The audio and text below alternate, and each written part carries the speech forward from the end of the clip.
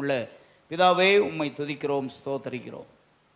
இந்த காலை நேரத்திலையும் ஆண்டவரே, உம்முடைய கரத்திலே எங்களை நாங்கள் ஒப்பு கொடுக்கிறோம். கடந்த நாட்கள்லாம் எங்களோடு பேசி வந்தீர், உடைய வார்த்தைகளை அனுப்பி கொடுத்தீர். இந்த நாளிலையும் உடைய வார்த்தையை கேட்குற இந்த அற்புதமான நேரத்துக்கு நாங்கள் வந்திருக்கிறோம். ஆண்டவர் எங்களோடு தொடர்ந்து பேசும், உடைய வார்த்தைகளை அறிந்து கொள்ளத்தக்க ஆண்டவரே, எங்களுடைய செவிகளை வெறுத்த சேதனம் உள்ளதாக்கி எங்கள் கண்களை பிரகாசம் உள்ளதாய் மாற்றி உம்முடைய சத்தியத்தை அறிந்து கொள்ளக்கூடிய கிருபைகளை தொடர்ந்து எங்களுக்கு கட்டளையிடும்படியாக நாங்கள் ஜெபிக்கிறோம்.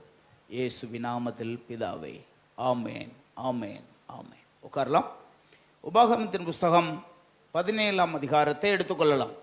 உபாகமத்தின் புஸ்தகம் 17ஆம் அதிகாரம் 14, 15, 16 ஆகிய 3 வசனங்களை நம்மில் யாராவது ஒருவர் படிக்கலாம்.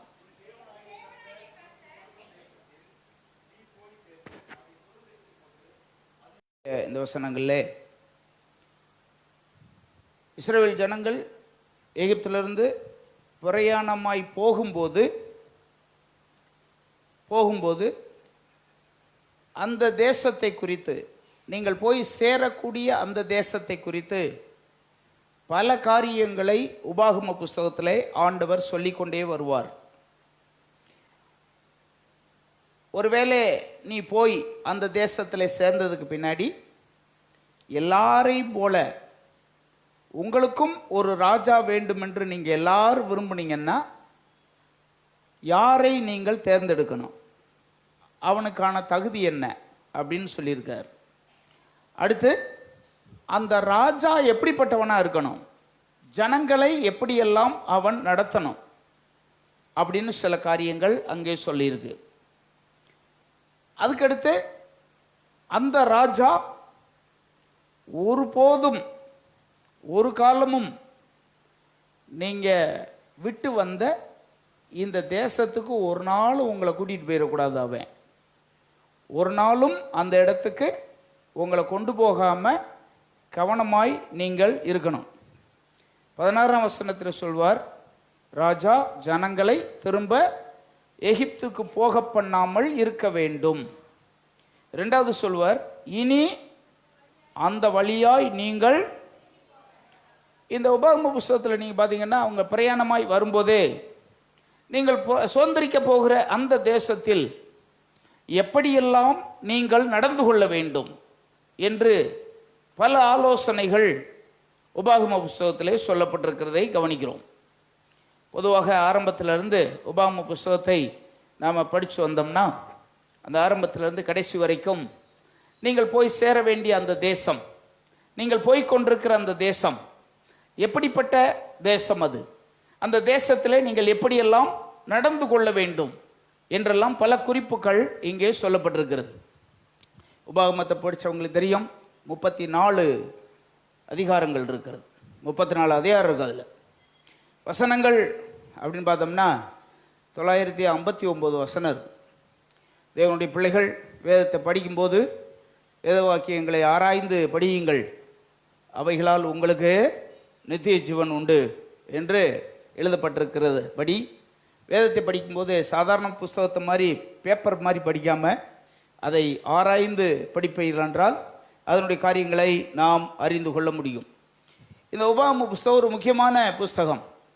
தேவனுடைய ஜனங்களை தேவன் நேசித்து மோசையின் மூலமாக சொன்ன 3 ஆலோசனைகள் இந்த உபாகம புஸ்தகத்தில் இருக்கு. மோசையினுடைய 3 ஆலோசனைகள். முதல் ஆலோசனை 1ஆம் அதிகாரம் 1ஆம் வசனம் முதல் 4ஆம் அதிகாரம் 43ஆம் வசனம் வரைக்கும் முதல் ஆலோசனை சொல்லப்பட்டிருக்கு. 4:43 வரைக்கும் ஒரு ஆலோசனை சொல்லப்பட்டிருக்கு. 2வது ஆலோசனை 4ஆம் அதிகாரம் 44ஆம் வசனத்திலிருந்து 26ஆம் அதிகாரம் 19ஆம் வசனம் வரைக்கும் 2வது ஆலோசனை சொல்லப்பட்டிருக்கிறது. 26, 19 வரைக்கும் அந்த ஆலோசனை இருக்கிறது. 3வதாக 27ஆம் அதிகாரத்திலிருந்து 34ஆம் அதிகாரம் வரைக்கும் அதிகாரம் முழுவதும் சொல்லப்பட்டிருக்கிறது. ஆகவே இந்த 3 ஆலோசனைகளை தனித்தனியாக நம்ம படித்தோம்னா பல முக்கியமான காரியங்களை தேவனுடைய ஜனங்களாகிய நாம் கற்றுக்கொள்ள முடியும். நீங்கள் போய் சேருகிற அந்த தேசம், நீங்கள் போய் சேருகிற அந்த தேசம், இஸ்ரவேல் ஜனங்கள் எகிப்திலிருந்து புறப்பட்டு வந்தார்கள் அல்லவா? அவர்களில் யாருமே போய் கானான் தேசத்தை பார்த்தது கிடையாது. அங்கே போகிறதுக்கு முன்னாடியே அந்த தேசத்தை குறித்து ஆண்டவர் அவங்களோட பேசிக்கொண்டே வருவார். பொதுவாக இப்படி எடுங்கள். உபாகமத்தின் புஸ்தகம் 4ஆம் அதிகாரம் 1 வசனத்தை பாருங்க. உபாகமத்தின் புஸ்தகம் 4ஆம் அதிகாரம் 1 வசனத்தை வாசிங்க. நீங்கள் பிழைத்திருக்கும்படிக்கும் உங்கள் பிதாக்களின் தேவனாகிய கர்த்தர் உங்களுக்கு கொடுக்கிற தேசத்தில் நீங்கள் பிரவேசித்து அதை சுதந்தரித்துக் கொள்ளும்படிக்கும் நீங்கள் கை கொள்ளுவதற்கு நான் உங்களுக்கு போதிக்கிற கட்டளைகளையும் நியாயங்களையும் கேளுங்கள். இப்படிதான் அந்த அதிகாரம் ஆரம்பிக்கும். எப்படி ஆரம்பிக்கிறது? நான் உங்களுக்கு கொடுக்கிற தேசத்தில், இனிமேல் நான் உங்களுக்கு கொடுக்க போகிற அந்த கானான் தேசத்தில் நீங்க எப்படியெல்லாம் வாழ வேண்டும் என்று நான் உங்களுக்கு கொடுக்கிற என்னுடைய கட்டளைகளையும் கற்பனைகளையும் கேளுங்கள் என்று அவர்கள் போவதற்கு முன்பதாகவே அந்த தேசத்தை குறித்து சொல்லி, அந்த தேசத்தில் நீங்க போய் சேர்ந்தீங்கன்னா எப்படியெல்லாம் நீங்கள் வாழ வேண்டும் என்ற சில கட்டளைகளை ஆண்டவர் அவர்களுக்கு தருவதை உபாகமம் முழுவதிலையுமே நம்ம பார்க்கலாம். குறிப்பாக 6ஆம் அதிகாரம் 2வது வசனம் பாருங்க. 6வது அதிகாரம் 2வது வசனம் பாருங்க. இப்போ ஆண்டவர் சொல்லுகிறது எல்லாமே எப்படி சொல்றாரு பாருங்க.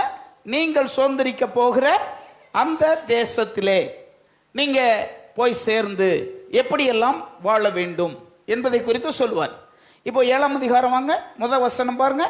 அங்கேயுமே ஆண்டவர் சொல்லும்போது நீங்க சுதந்திரிக்க போகிற அந்த தேசத்திலே 7 ஜாதிகளை நீங்கள் துரத்துவீர்கள், அங்கே எப்படியெல்லாம் நீங்கள் வாழ வேண்டும் என்பதை குறித்து சொல்லுவார். அதுக்கு அடுத்த அதிகாரம் வர்றோம், 8ஆம் அதிகாரம் வர்றோம். 1 வசனத்தை இப்போது வாசிக்கிறோம். அந்த வசனத்திலேயும் நீங்கள் சுதந்திரிக்கிற தேசத்தில் நீங்கள் பிழைத்து பெருகி கர்த்தர் உங்கள் பிதாக்களுக்கு ஆணையிட்டு கொடுத்த தேசத்தில் பிரவேசித்து அதை சுதந்திரிக்கும்படி நான் உங்களுக்கு விதிக்கிற கட்டளைகளையும் நியாயங்களையும் 8லிருந்து 11ஆம் அதிகாரம் வரைக்கும் நீங்க பாத்தீங்கன்னா கட்டளையா இருக்கும். 8, 9, 10, 11 அந்த கட்டளை எல்லாம் முடிச்ச உடனே இப்ப 12ஆம் அதிகாரத்துக்கு வர்றோம். 1 வசனத்தை அங்க பாருங்க. உங்கள் பிதாக்களின் தேவனாகிய கர்த்தர் உங்களுக்கு கொடுக்க போகிற அந்த தேசத்திலே நீங்கள் பூமியில் உயிரோடு இருக்கும் நாளெல்லாம் கை கொண்டு நடக்க வேண்டிய பூரா வெறும் எப்படி இருக்கும்னா, அங்க நீங்க போனதுக்கு பின்னாடி, அந்த தேசத்துக்கு போனதுக்கு பின்னாடி எப்படியெல்லாம் நீங்கள் வாழ வேண்டும், எப்படியெல்லாம் இருக்க வேண்டும் என்பதிலையும் குறித்து ஆண்டவர் தொடர்ந்து அவங்களோடு பேசிக்கொண்டே வருவார். 12ஆம் அதிகாரம் 13ஆம் அதிகாரத்தில். இப்போ 14ஆம் அதிகாரத்துக்கு வர்றோம். அங்கே போயிட்டீங்கன்னா, அந்த தேசத்துக்கு நீங்கள் போயிட்டீங்கன்னா நீங்கள் எதெல்லாம் சாப்பிடணும், எந்தெல்லாம் சாப்பிடக்கூடாது, அந்த தேசத்துக்கு நீங்கள் போயிட்டீங்கன்னா உங்களுடைய உணவு வகையெல்லாம் என்ன, நீங்கள் எப்படியெல்லாம் எந்தெந்த உணவெல்லாம் சாப்பிடணும், எந்தெந்த உணவெல்லாம் சாப்பிடக்கூடாது அந்த தேசத்தில், அப்படி தான் பேசுவார். இப்பொழுது 16ஆம் அதிகாரத்துக்கு வர்றோம். 16ஆம் அதிகாரத்துக்கு வந்துட்டோம்னா 16 பார்த்தீங்கன்னா அந்த தேசத்தில் போய் எப்படியெல்லாம் எனக்கு பண்டிகைகளை நீங்கள் ஆசரிக்க வேண்டும் அப்படின்னு இப்படியெல்லாம் சொல்லிட்டு இப்போ 17ஆம் அதிகாரத்துக்கு வரும்போது ஆண்டவர் இப்படி சொல்றாரு, ஒரு நாளும் எகிப்துக்கு நீங்க திரும்பி போயிடக்கூடாது. நீங்கள் கர்த்தர் உங்களை விடுதலை அடித்து எகிப்திலிருந்து கொண்டு வந்து இந்த தேசத்துக்கு கொண்டு வந்திருப்பாரு. ஒரு நாளும் நீங்க அந்த தேசத்தை விட்டு திரும்பவுமாக நீங்கள் எகிப்துக்கு போகவே கூடாது என்று ஆண்டவர் அவர்களோடு திட்டமும் தெளிவுமாக பேசுவார். வேதத்தை படித்தவங்க சொல்லுங்க. இப்படி இஸ்ரவேல் ஜனங்கள் 430 வருஷம் அங்கே அடிமைகளாக இருந்தவங்க மோசே யோசுவா போன்றவர்களால் வழிநடத்தப்பட்டு கானானுக்கு வந்து சேர்றாங்க. அப்படி கானானுக்கு வந்து சேரும்போது திரும்பவுமாக அந்த ஜனங்கள் இந்த கட்டளையை நிறைவேற்றி எகிப்துக்கு போகாமல் இருந்தாங்களா போனாங்களா அப்படின்னு நம்ம பார்த்தோம்னா பைபிளில் படித்தவங்களுக்கு தெரியும்.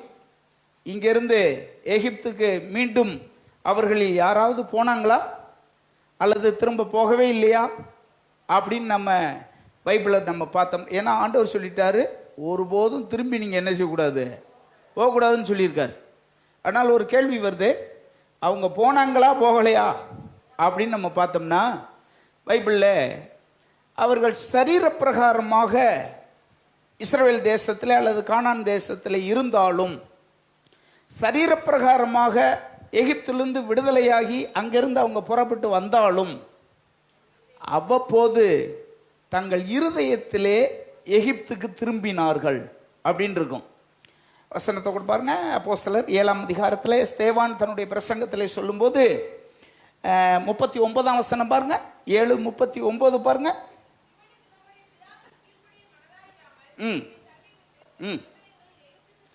இந்த இடத்துல போட்டிருக்கு, போகக்கூடாது என்று சொல்லி ஆண்டவர் அவர்களை விடுதலையாக்கி ரட்சித்து கொண்டு வருவார். ஆனால் பைபிளில் போட்டிருக்கு, அவர்கள் இருதயத்திலே எகிப்துக்கு திரும்பினார்கள் அப்படின்னு இருக்கும். நாம் எல்லாருக்கும் தெரியும், பழைய ஏற்பாட்டிலே சொல்லப்பட்டவைகள் எல்லாம் உங்களுக்கும் எனக்கும் ஒரு நிழலை போன்ற காரியங்கள் எழுதப்பட்டிருக்கு. மெய்யான பொருள் என்னன்னா, புதிய ஏற்பாட்டிலே உள்ள கிறிஸ்துவும் சபையும் பரலோகம்தான் அதனுடைய உண்மையான பொருள். அதுக்கான நிழலாட்டமாகத்தான் பழைய ஏற்பாட்டிலே சொல்லப்பட்டிருக்கிற காரியங்கள் எல்லாம் அமைந்திருக்கிறத நாம் பார்க்குறோம். நம்முடைய ஜீவியத்திலையும் பார்த்தோம்னா, எந்தெந்த சூழ்நிலையில் அவர்கள் எகிப்துக்கு திரும்பினாங்க அப்படின்னு நம்ம ஆராய்ச்சி பார்த்தோம்னா நமக்கும் அதே சூழ்நிலை வரும். இந்த சூழ்நிலை வரும்போது நாம் நினைவில் கொள்ள வேண்டும் என்பதற்காகவே அவங்க எப்பெல்லாம் எகிப்துக்கு போனாங்க அப்படின்னு பைபிளில் சில குறிப்புகள்லாம் இருக்கு. தெரிஞ்சவங்க உங்கள்கிட்ட சொல்லுங்க, எப்போதெல்லாம் அவர்கள் எகிப்துக்கு போனாங்க? Very good.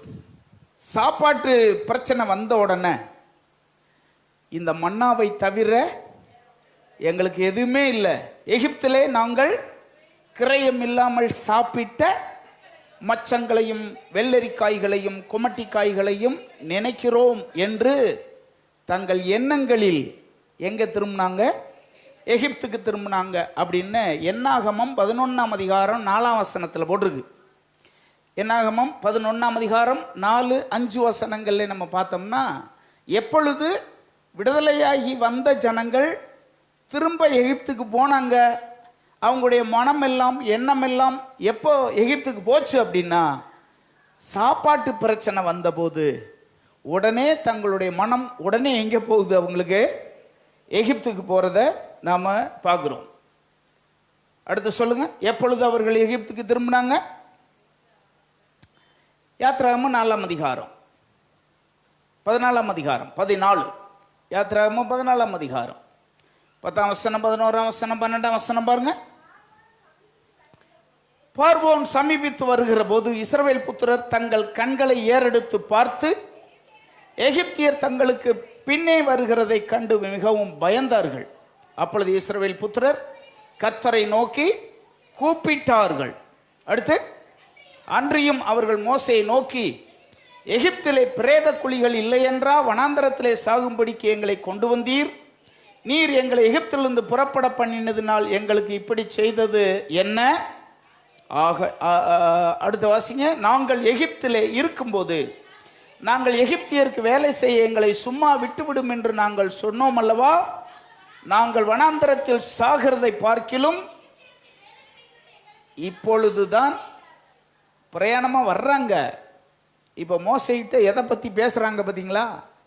எகிப்திலே நாங்க இருந்திருப்போம், எகிப்திலே நாங்க செத்திருப்போம், எகிப்திலே நாங்க வாழ்ந்திருப்போம். எப்பொழுது இந்த பிரச்சனையை அவங்க கிளப்புறாங்க அப்படின்னா, பார்வோனுடைய சேனை பின்னாடி துரத்தி வந்து அவங்கள பிடிக்க வரும்போது அவங்களுடைய எண்ணம் எங்க போகுது?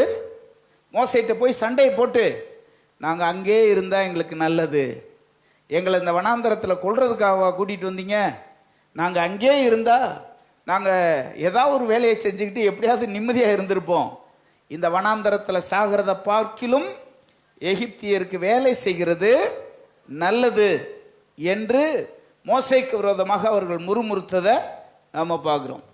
இதுதான் அவங்க முதல்ல எகிப்துக்கு திரும்பினது. பிரச்சனைகள் போராட்டங்கள் வரும்போது அவங்களுடைய உள்ளம் எகிப்திற்கு திரும்பியது. ரெண்டாவது தான் சாப்பாட்டில் பிரச்சனை வரும்போது அவங்க உள்ளம் எகிப்துக்கு திரும்பியது. மூன்றாவதாக இந்த 12 பேர் போய் கானானை வேவு பார்க்க போவாங்க. அவங்க வேவு பார்த்துட்டு அந்த தேசத்தை பற்றி திரும்ப வந்து மோசேயிட்ட வந்து செய்தி சொல்ல வருவாங்க. இஸ்ரவேலர்கள் பிரயாணமாக வரும்போதே கோத்திரத்துக்கு ஒருவராக 12 பேர் போய் தேசத்தை வேவு பார்க்கும்படி போவாங்க. அப்படி வேவு பார்த்து விட்டு திரும்பி வரும்போது எத்தனை நாள் வேவு பார்ப்பாங்க? எத்தனை நாள் வேவு பார்ப்பாங்க தெரியுமா உங்களுக்கு? 40 நாள். இஸ்ரவேல் ஜனங்கள் போய் 12 பேர் போய் 40 நாள் தேசம் முழுவதையும் சுற்றி பார்த்து வேவு பார்த்துட்டு திரும்பி வருவாங்க. அதில் 10 பேர் முதல்ல வருவாங்க, 2 பேர் பின்னாடி வருவாங்க. போனது 12 பேர். இந்த 10 பேர் வந்து என்ன தெரியுமா சொல்லுவாங்க? நம்ம அந்த தேசத்துக்கு போக முடியாது, அங்கே ராட்சதர்கள் இருக்காங்க, அங்கே ஏனாக்கின் புத்திரரை கண்டோம், அது பயங்கரமான நாடு, அது அரணிப்பான தேசம், அங்கே நம்மளால் போகவே முடியாது அப்படின்னு 10 பேர் வந்து சொல்லுவாங்க. தேசத்துக்கு பக்கத்தில் வந்துட்டாங்க. ஏறத்தாழ 40 வருஷம் அவங்க நடந்து வந்துட்டாங்க, பக்கத்தில் வந்துட்டாங்க. இப்போ பக்கத்தில் வந்ததுக்கு பின்னாடி வேவு பார்த்துட்டு வந்தவங்க இப்படி சொல்லுவாங்க, அந்த தேசத்துக்கு நம்மளால் போகவே முடியாது. 14ஆம் அதிகாரத்தில் இருக்குது, என்னாகுமோ 14ஆம் அதிகாரத்தில், அந்த தேசத்துக்கு நம்மளால் போகவே முடியாது, நாம் அதை போய் பார்க்கவே முடியாது, அப்படி தான் சொல்லுவாங்க. 3வது வசனம் பாருங்க, 14:3 பாருங்க. அப்பொழுது என்னாகம புஸ்தகம், என்னாகம் 14, நாங்கள் பட்டயத்தால் மடியும் படிக்கும், எங்கள் பெஞ்சாதிகளும் பிள்ளைகளும் கொள்ளையாகும் படிக்கும் கர்த்தர் எங்களை இந்த தேசத்துக்கு கொண்டு வந்தது என்ன? எகிப்துக்கு திரும்பி போகிறதே. இந்த 3 இடத்துல தான் அவங்க எகிப்தை நினச்சி அங்கே போகிறதே எங்களுக்கு நல்லதுன்னு சொல்லுவாங்க. எகிப்தை நினச்சி சொல்லுவாங்க, நாங்களும் எங்கள் பெஞ்சாதிகளும் இங்கே சாகிறத விட நாங்கள் எகிப்துக்கு திரும்பி போகிறதே எங்களுக்கு நல்லது என்று சொல்லுவாங்க. 4வது வசனம் பாருங்க. பின்பு அவர்கள், நாம் ஒரு தலைவனை ஏற்படுத்தி கொண்டு எகிப்துக்கு திரும்பி போவோம் வாருங்கள் என்று ஒருவரோடு ஒருவர் சொல்லி கொண்டார்கள். இப்பொழுதுதான் அப்போஸ்தலர் 7:39 தங்கள் இருதயங்களில் அவர்கள் எப்படி எகிப்துக்கு திரும்பினார்கள் அப்படின்னு ஸ்தேவான் தன்னுடைய பிரசங்கத்தில் சொல்லுவார். இந்த 3 இடத்துல நம்ம பைபிளில் பார்க்குறோம், விடுதலையாகி வந்த ஜனங்கள் எகிப்துக்கு திரும்பின சம்பவங்கள் இந்த இடத்துல எல்லாம் போட்டிருக்கு. இது ஆவிக்குரிய நிலைமையிலே உங்களுக்கு எனக்கும் நிச்சயமாக நடக்கும். எப்போதெல்லாம் நடக்கும் நமக்கு? இஸ்ரவேலருக்கு எப்போல்லாம் நடந்துச்சோ அப்போதெல்லாம் நமக்கும் நடக்கும். இதில் தான் நம்ம வெற்றி கொள்ளணும்.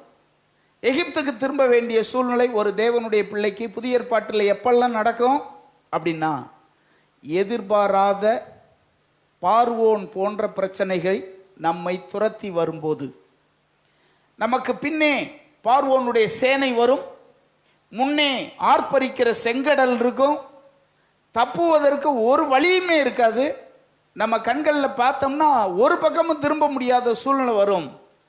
இப்பொழுதுதான் பிசாசு இப்படி ஏவுவான், நீ முதல்ல இருந்த மார்க்கத்திலேயே நீ இருந்திருக்கலாம், இப்போ நீ வந்து ஒரு சிக்கலில் மாட்டிக்கிட்ட, இப்போ வந்து உனக்கு என்ன கிடைச்சிருக்கு, நீ எப்போ இப்படி வந்து நீ என்னத்தை சாதிக்க போற, இப்படி வந்து இவ்வளவு கண்ணீர்லையும் வேதனையிலையும் நீ இருக்க, பழையபடி நீ அங்கே நல்லவமாக இருந்திருக்கலாம் என்ற ஒரு விதையை பிசாசு வந்து உங்கள் இருதயத்தில் போடுவான். என்ற விதையை பிசாசு போடுவான். பார்வோனுடைய சேனைகள் துரத்தி வரும்போது, பிரச்சனைகள் போராட்டங்கள் உன்னை சூழ்ந்திருக்கும் போது இப்படிப்பட்ட எண்ணங்கள் உனக்கு வரலாம். இரண்டாவதாக, உன் தேவைகள் அதிகரிக்கும் போது, பிரச்சனைகள் ஒரு பக்கம், இன்னொன்று தேவைகள் இன்னொரு பக்கம், தேவைகள் இன்னொரு பக்கம் நெருக்கும் போது, இப்படிப்பட்ட நிலைமையில் பிசாசு வந்து உன்கிட்ட சொல்லலாம், பிசாசு வந்து உங்ககிட்ட இப்படியெல்லாம் சொல்லலாம், நீ பேசாமல் அங்கேயே நீ இருந்திருக்கலாம், அப்படியே இருந்திருக்கலாம், எகிப்திலே நீ பாட்டுக்கு வேலையை பார்த்த, டயத்துக்கிட்டே சாப்பாடு கொடுத்தாங்க, இப்போ வந்து இவ்வளவு கஷ்டமாக இருக்கே உனக்கு, நீ அங்கேயே நீ இருந்திருக்கலாம் என்று அவன் சொல்லுவான். அடுத்து, உன்னை சோர்வுக்குள் ஆக்குவதற்கு உன் கூட இருக்கிற சில மக்களையே கூட பயன்படுத்தலாம் பிசாசு. உன் கூட இருக்கிறவங்களையே கூட பயன்படுத்தலாம். ஏனென்றால் இவர்களை சோர்வுக்கு உள்ளாக்கினவர்கள் புறஜாதிகள் அல்ல, இதே இஸ்ரவேல் மக்கள் தான். அவர்கள் தான் போய் தேசத்தை 40 நாட்கள் சுற்றி பார்த்து விட்டு அவர்கள் வந்து இப்படி சொல்லுவாங்க, நாம் அந்த தேசத்துக்கு போகவே முடியாது. இந்த 10 பேர் வந்து 10 காரியம் சொல்லுவாங்க. அதை நீங்கள் என்னாகுமோ 14ஆம் அதிகாரத்தில் வரிசையாக போட்டிருக்கோம். அவங்க சொன்னதை எண்ணி பார்த்தா 10 காரியம் போட்டிருக்கு. அதில் முதல்ல அவங்க சொல்கிறது, நாம் அங்கே போகவே முடியாது. ரெண்டாவது அவங்க சொல்லுவாங்க, அது அரணிப்பான பட்டணம். மூன்றாவது சொல்லுவாங்க, அங்கே ராட்சதர்களை கண்டோம். இப்படி வரிசையாக அதில் சொல்லுவாங்க. இந்த 10 பேர் வந்து 10 காரியம் சொல்லுவாங்க. நம்மளால் அங்கே போவே முடியாதுன்னு சொல்லுவாங்க. போய்கொண்டு கானானை சுதந்திரித்துக் கொள்ளுவோம் என்று மூட்டை முடிச்சுகளோட வந்துக்கிட்டு இருக்கிற மக்களை பார்த்து இப்படி சொல்லுவாங்க, உங்களால் அங்கே என்ன செய்ய முடியாது, போவே முடியாது. பைபிளில் சொல்லுது, அப்படி அந்த வார்த்தைகளை கேட்டதினால் இஸ்ரவேலருடைய இருதயம் கரைந்து போயிற்று அப்படின்னு இருக்கும். இதை சொன்னவங்க புறஜாதிகள் அல்ல, அவங்க கூடவே இருந்தவங்களே. ஸோ சில நேரத்தில் நம்முடைய விசுவாசம் நம்ம கூட இருக்கிறவங்களாலே குறையும். உன் கூட இருக்கிறவங்களாலே உன் விசுவாசம் குறைக்கப்படும். இப்படிப்பட்ட வேலைகள் உன் இருதயம் எகிப்துக்கு திரும்பலாம். உங்களுக்கும் எனக்கும் எப்படிப்பட்ட சோதனைகள்லாம் வரும் என்பதற்காக இஸ்ரவேலுடைய வாழ்க்கையை ஆண்டவர் நமக்கு தந்திருக்கிறதை நாம் பார்க்கிறோம். ஆகவே இப்படிப்பட்ட இக்கட்டான சூழ்நிலைகள் வந்த போதும், இப்படிப்பட்ட நிலைமை வந்த போதும், ஒருபோதும் கர்த்தருடைய கட்டளை வருது, எகிப்துக்கு திரும்பி போகவே வேண்டாம் என்று சொல்லி. நாம் எல்லாருக்கும் தெரியும், லோத்துவும் அவன் குடும்பமும் சோதம் கொமோரா பட்டணத்தில் இருந்தாங்க. அப்போஸ்தலர் ஆதியாகமம் 19ஆம் அதிகாரம் அங்கதான் இருந்தாங்க. பட்டணம் அழிய போகிறது, இந்த தேசத்தை விட்டு அல்லது இந்த பட்டணத்தை விட்டு உடனே வெளியேறு என்று தேவனுடைய கட்டளை அங்கே வரும். அப்போ ஆதியாகம புஸ்தகம் 19ஆம் அதிகாரத்தில் உடனே அங்கே அப்படிதான் வரும். அப்படி வந்ததுக்கு பிற்பாடு, அந்த கட்டளை வந்தது பிற்பாடும் லோத்து தாமதித்து கொண்டே இருப்பான். அப்பொழுது அவன் மீது வைத்த அன்பினாலே ஆண்டவர் அவனை கையை பிடிச்சு இழுத்து கொண்டு போய் பட்டணத்துக்கு வெளியே கொண்டு வந்து விடுவார். 19:16 1916 நம்ம பார்த்தோம்னா, அவன் கையை பிடிச்சு கொண்டு வந்து வெளியே கொண்டு வந்து அப்படிதான் விடுவார். ஓடியே போயிரு, சமபூமி எங்கும் நில்லாதே, திரும்பி பார்க்காத, ஓடியே போயிரு, அப்படிதான் கட்டளை வரும். ஆனால் லோத்து மனைவி 2 பிள்ளைகள் 4 பேர் சேர்ந்து ஓடிக்கிட்டே இருப்பாங்க. சமபூமி எங்கும் நில்லாதே, மலைக்கு ஓடிப்போ, இதுதான் தேவனுடைய கட்டளை.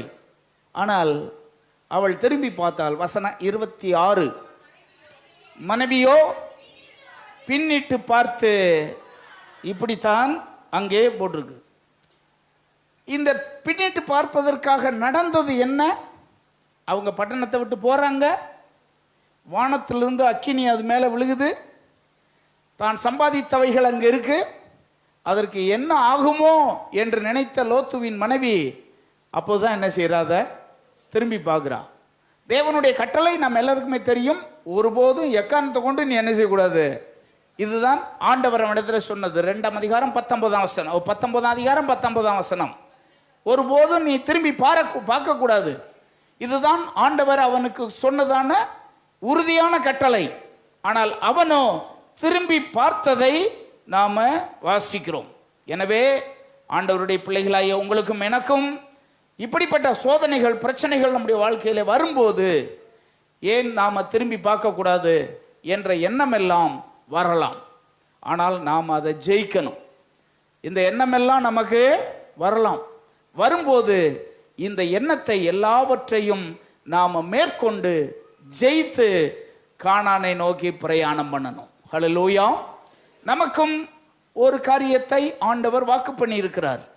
இஸ்ரவேலருக்கு வாக்கு பண்ணின கானான் தேசத்தை போல பரம கானானாகிய பரலோகத்தை உங்களுக்கும் எனக்கும் ஆண்டவர் வாக்கு பண்ணி இருக்கிறார். நாம் அதை நோக்கி பிரயாணம் பண்ணி வருகிறோம். இப்படி போகும்போதே அந்த பிரயாணத்தை தடுப்பதற்காக பிசாசு இப்படிப்பட்ட காரியங்களின் மூலமாக நம்முடைய பயணத்தை தடுக்க முயற்சிப்பான். இந்த நேரத்திலே நாம் உறுதியுடன் இருந்து அவனை வெற்றி கொள்ள வேண்டியது அவசியம். அவனை ஜெயிக்க வேண்டியது அவசியமானது. இயேசுவின் பின்னே ஏராளமான ஜனங்கள் வந்து கொண்டே இருந்தாங்க. அவர் போதித்தார். சில நேரத்தில் அவர் தன்னுடைய மரணத்தை குறித்து போதித்தார். இப்படியெல்லாம் எனக்கு மரணம் வரும் அப்படின்னு போதித்தார். உடனே பேதுரு வந்து இயேசுவிடத்தில் சொல்லுவான். அது 6ஆம் அதிகாரம், யோவான் சுவிசேஷம் 6ஆம் அதிகாரத்துக்கு போருவோம். அப்பொழுது பேதுரு இயேசுவை நோக்கி பார்த்து, இயேசுவே, நம்மை பின்பற்றி வந்த அநேக கூட்டங்கள் இப்பொழுது நின்றுச்சு. உங்களுடைய பிரசங்கத்தை குறித்து கொஞ்சம் கவனமா பேசுங்க. நீங்க பாட்டுக்கு நான் அடிக்கப்பட போறேன், நான் சாக போறேன், என் மாம்சம் பிக்கப்பட போகிறது, என் ரத்தம் சிந்தப்பட போகிறது அப்படின்லாம் நீங்க பேசுறீங்க. கூட்டம் எல்லாம் குறைஞ்சிக்கிட்டே இருக்கு அப்படின்னு சொல்லி பேதுரு சொல்லுவார். அப்பொழுதுதான் பேதுருவை பார்த்து இயேசு இப்படி சொல்லுவாரு, நீயும் போய்விட மனதா இருக்கிறாயா? வசனம் 67 வசனத்தில் பார்த்தோம்னா, நீங்களும் போய்விட அநேகர் இந்த கானான் பிரயாணத்தை விட்டு திரும்பலாம், அநேகர் பின்மாற்றமா போகலாம், அநேகர் இயேசுவை விட்டு விட்டு போகலாம். இந்த நேரத்திலே ஆண்டவர் உன்னை பார்த்து கேட்பாரு, நீ திரும்ப போறியா, என் கூட வரப்போறியா? நீ திரும்பி போறியா, என் கூட நீனே வரப்போகிறாயா? ரூத்து, ஓர்பால், இவங்க 2 பேரும், மாமி நகோமி, இவங்க 3 பேரும் அப்படியே புறப்பட்டு வர்றாங்கல்ல. வரும்போது அந்த 3 பெண்களும் பேசிக்கொண்டதெல்லாம் நம்ம 1ஆம் அதிகாரத்தில் நம்ம படிக்கிறோம். ரூத்தின் புஸ்தகம் 1ஆம் அதிகாரத்தில் படிக்கிறோம். 3 பேரும் அப்படி பேசிக்கொள்வதை நம்ம படிக்கிறோம். ஒருத்தி வருவா, 2 பேருமே புறப்படுவாங்க, 2 மருமகளுமே புறப்படுவாங்க. புறப்பட்டு வந்துகிட்டே இருப்பாங்க, மாமியை பத்தி பேசுவாங்க. இப்ப 2 பேருமே சொல்லுவாங்க, மாமி நாங்க உங்க கூடவே வருவோம் அப்படின்வாங்க. இந்த மாமி இப்படி சொல்லும், என் கூட வந்து என்ன செய்ய போறீங்க, நீங்க உங்க வீட்டுக்கு நீங்க திரும்பி போங்க, போய் யாருக்காவது ஒரு மாப்பிள்ளையை பார்த்து 2வது நீங்க திருமணம் முடிச்சுக்கிட்டு நீங்க அப்படி இருங்க அப்படி மாமி சொல்லும். இப்பொழுது ஒருத்தி யோசிப்பா, சரி இது சொல்றதும் கரெக்டு தான், நம்ம இதோட போய் இந்த பாட்டியோட போய் மாமியாவோட போய் நம்ம என்ன செய்ய போறோம், ஆகவே நம்ம திரும்பி நம்முடைய சுய தேசத்துக்கே போயிடுவோம் அப்படின்னு சொல்லி வருவாள். ஓர்பால் வந்து தன்னுடைய மாமியை முத்தமிட்டு திரும்பி போவாள். ஓர்பால் என்ற வார்த்தைக்கு பெண் மான் அப்படின்னு அர்த்தம். இந்த மான் வந்தது, மாமியை முத்தமிட்டது, திரும்பி ஒரே ஓட்டமா ஓடி போயிடுச்சு இந்த மான். அடுத்து இன்னொரு பெண் வர்றா, அவள் தான் ரூத்து. வந்த உடனே இந்த மாமி ஓடி போனவளை பத்தி பேசுவா. வசனம் 15 பாருங்க, 1ஆம் அதிகாரம் 15ஆம் வசனம்.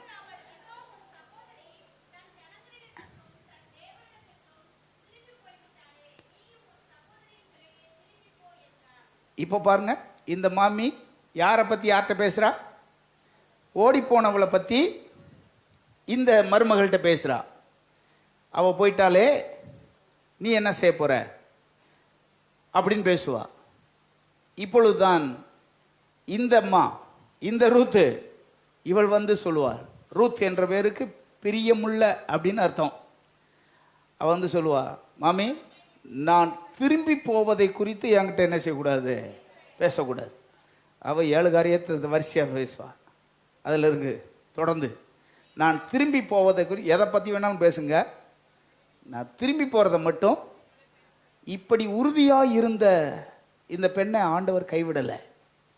திரும்பி போகத்தக்க சூழ்நிலைகள் நாம் எல்லாருக்கும் வரும், திரும்பி போகத்தக்க பிரச்சனைகள் நாம் எல்லாருக்கும் வரும். திரும்பி போனாலே ஓர்பால், அவள் கதை ஏதாவது தெரியுமா? அவள் போனாலா, திருமணம் முடிச்சாளா, எப்படி வாழ்ந்தாள், எதுவும் தெரியுமா?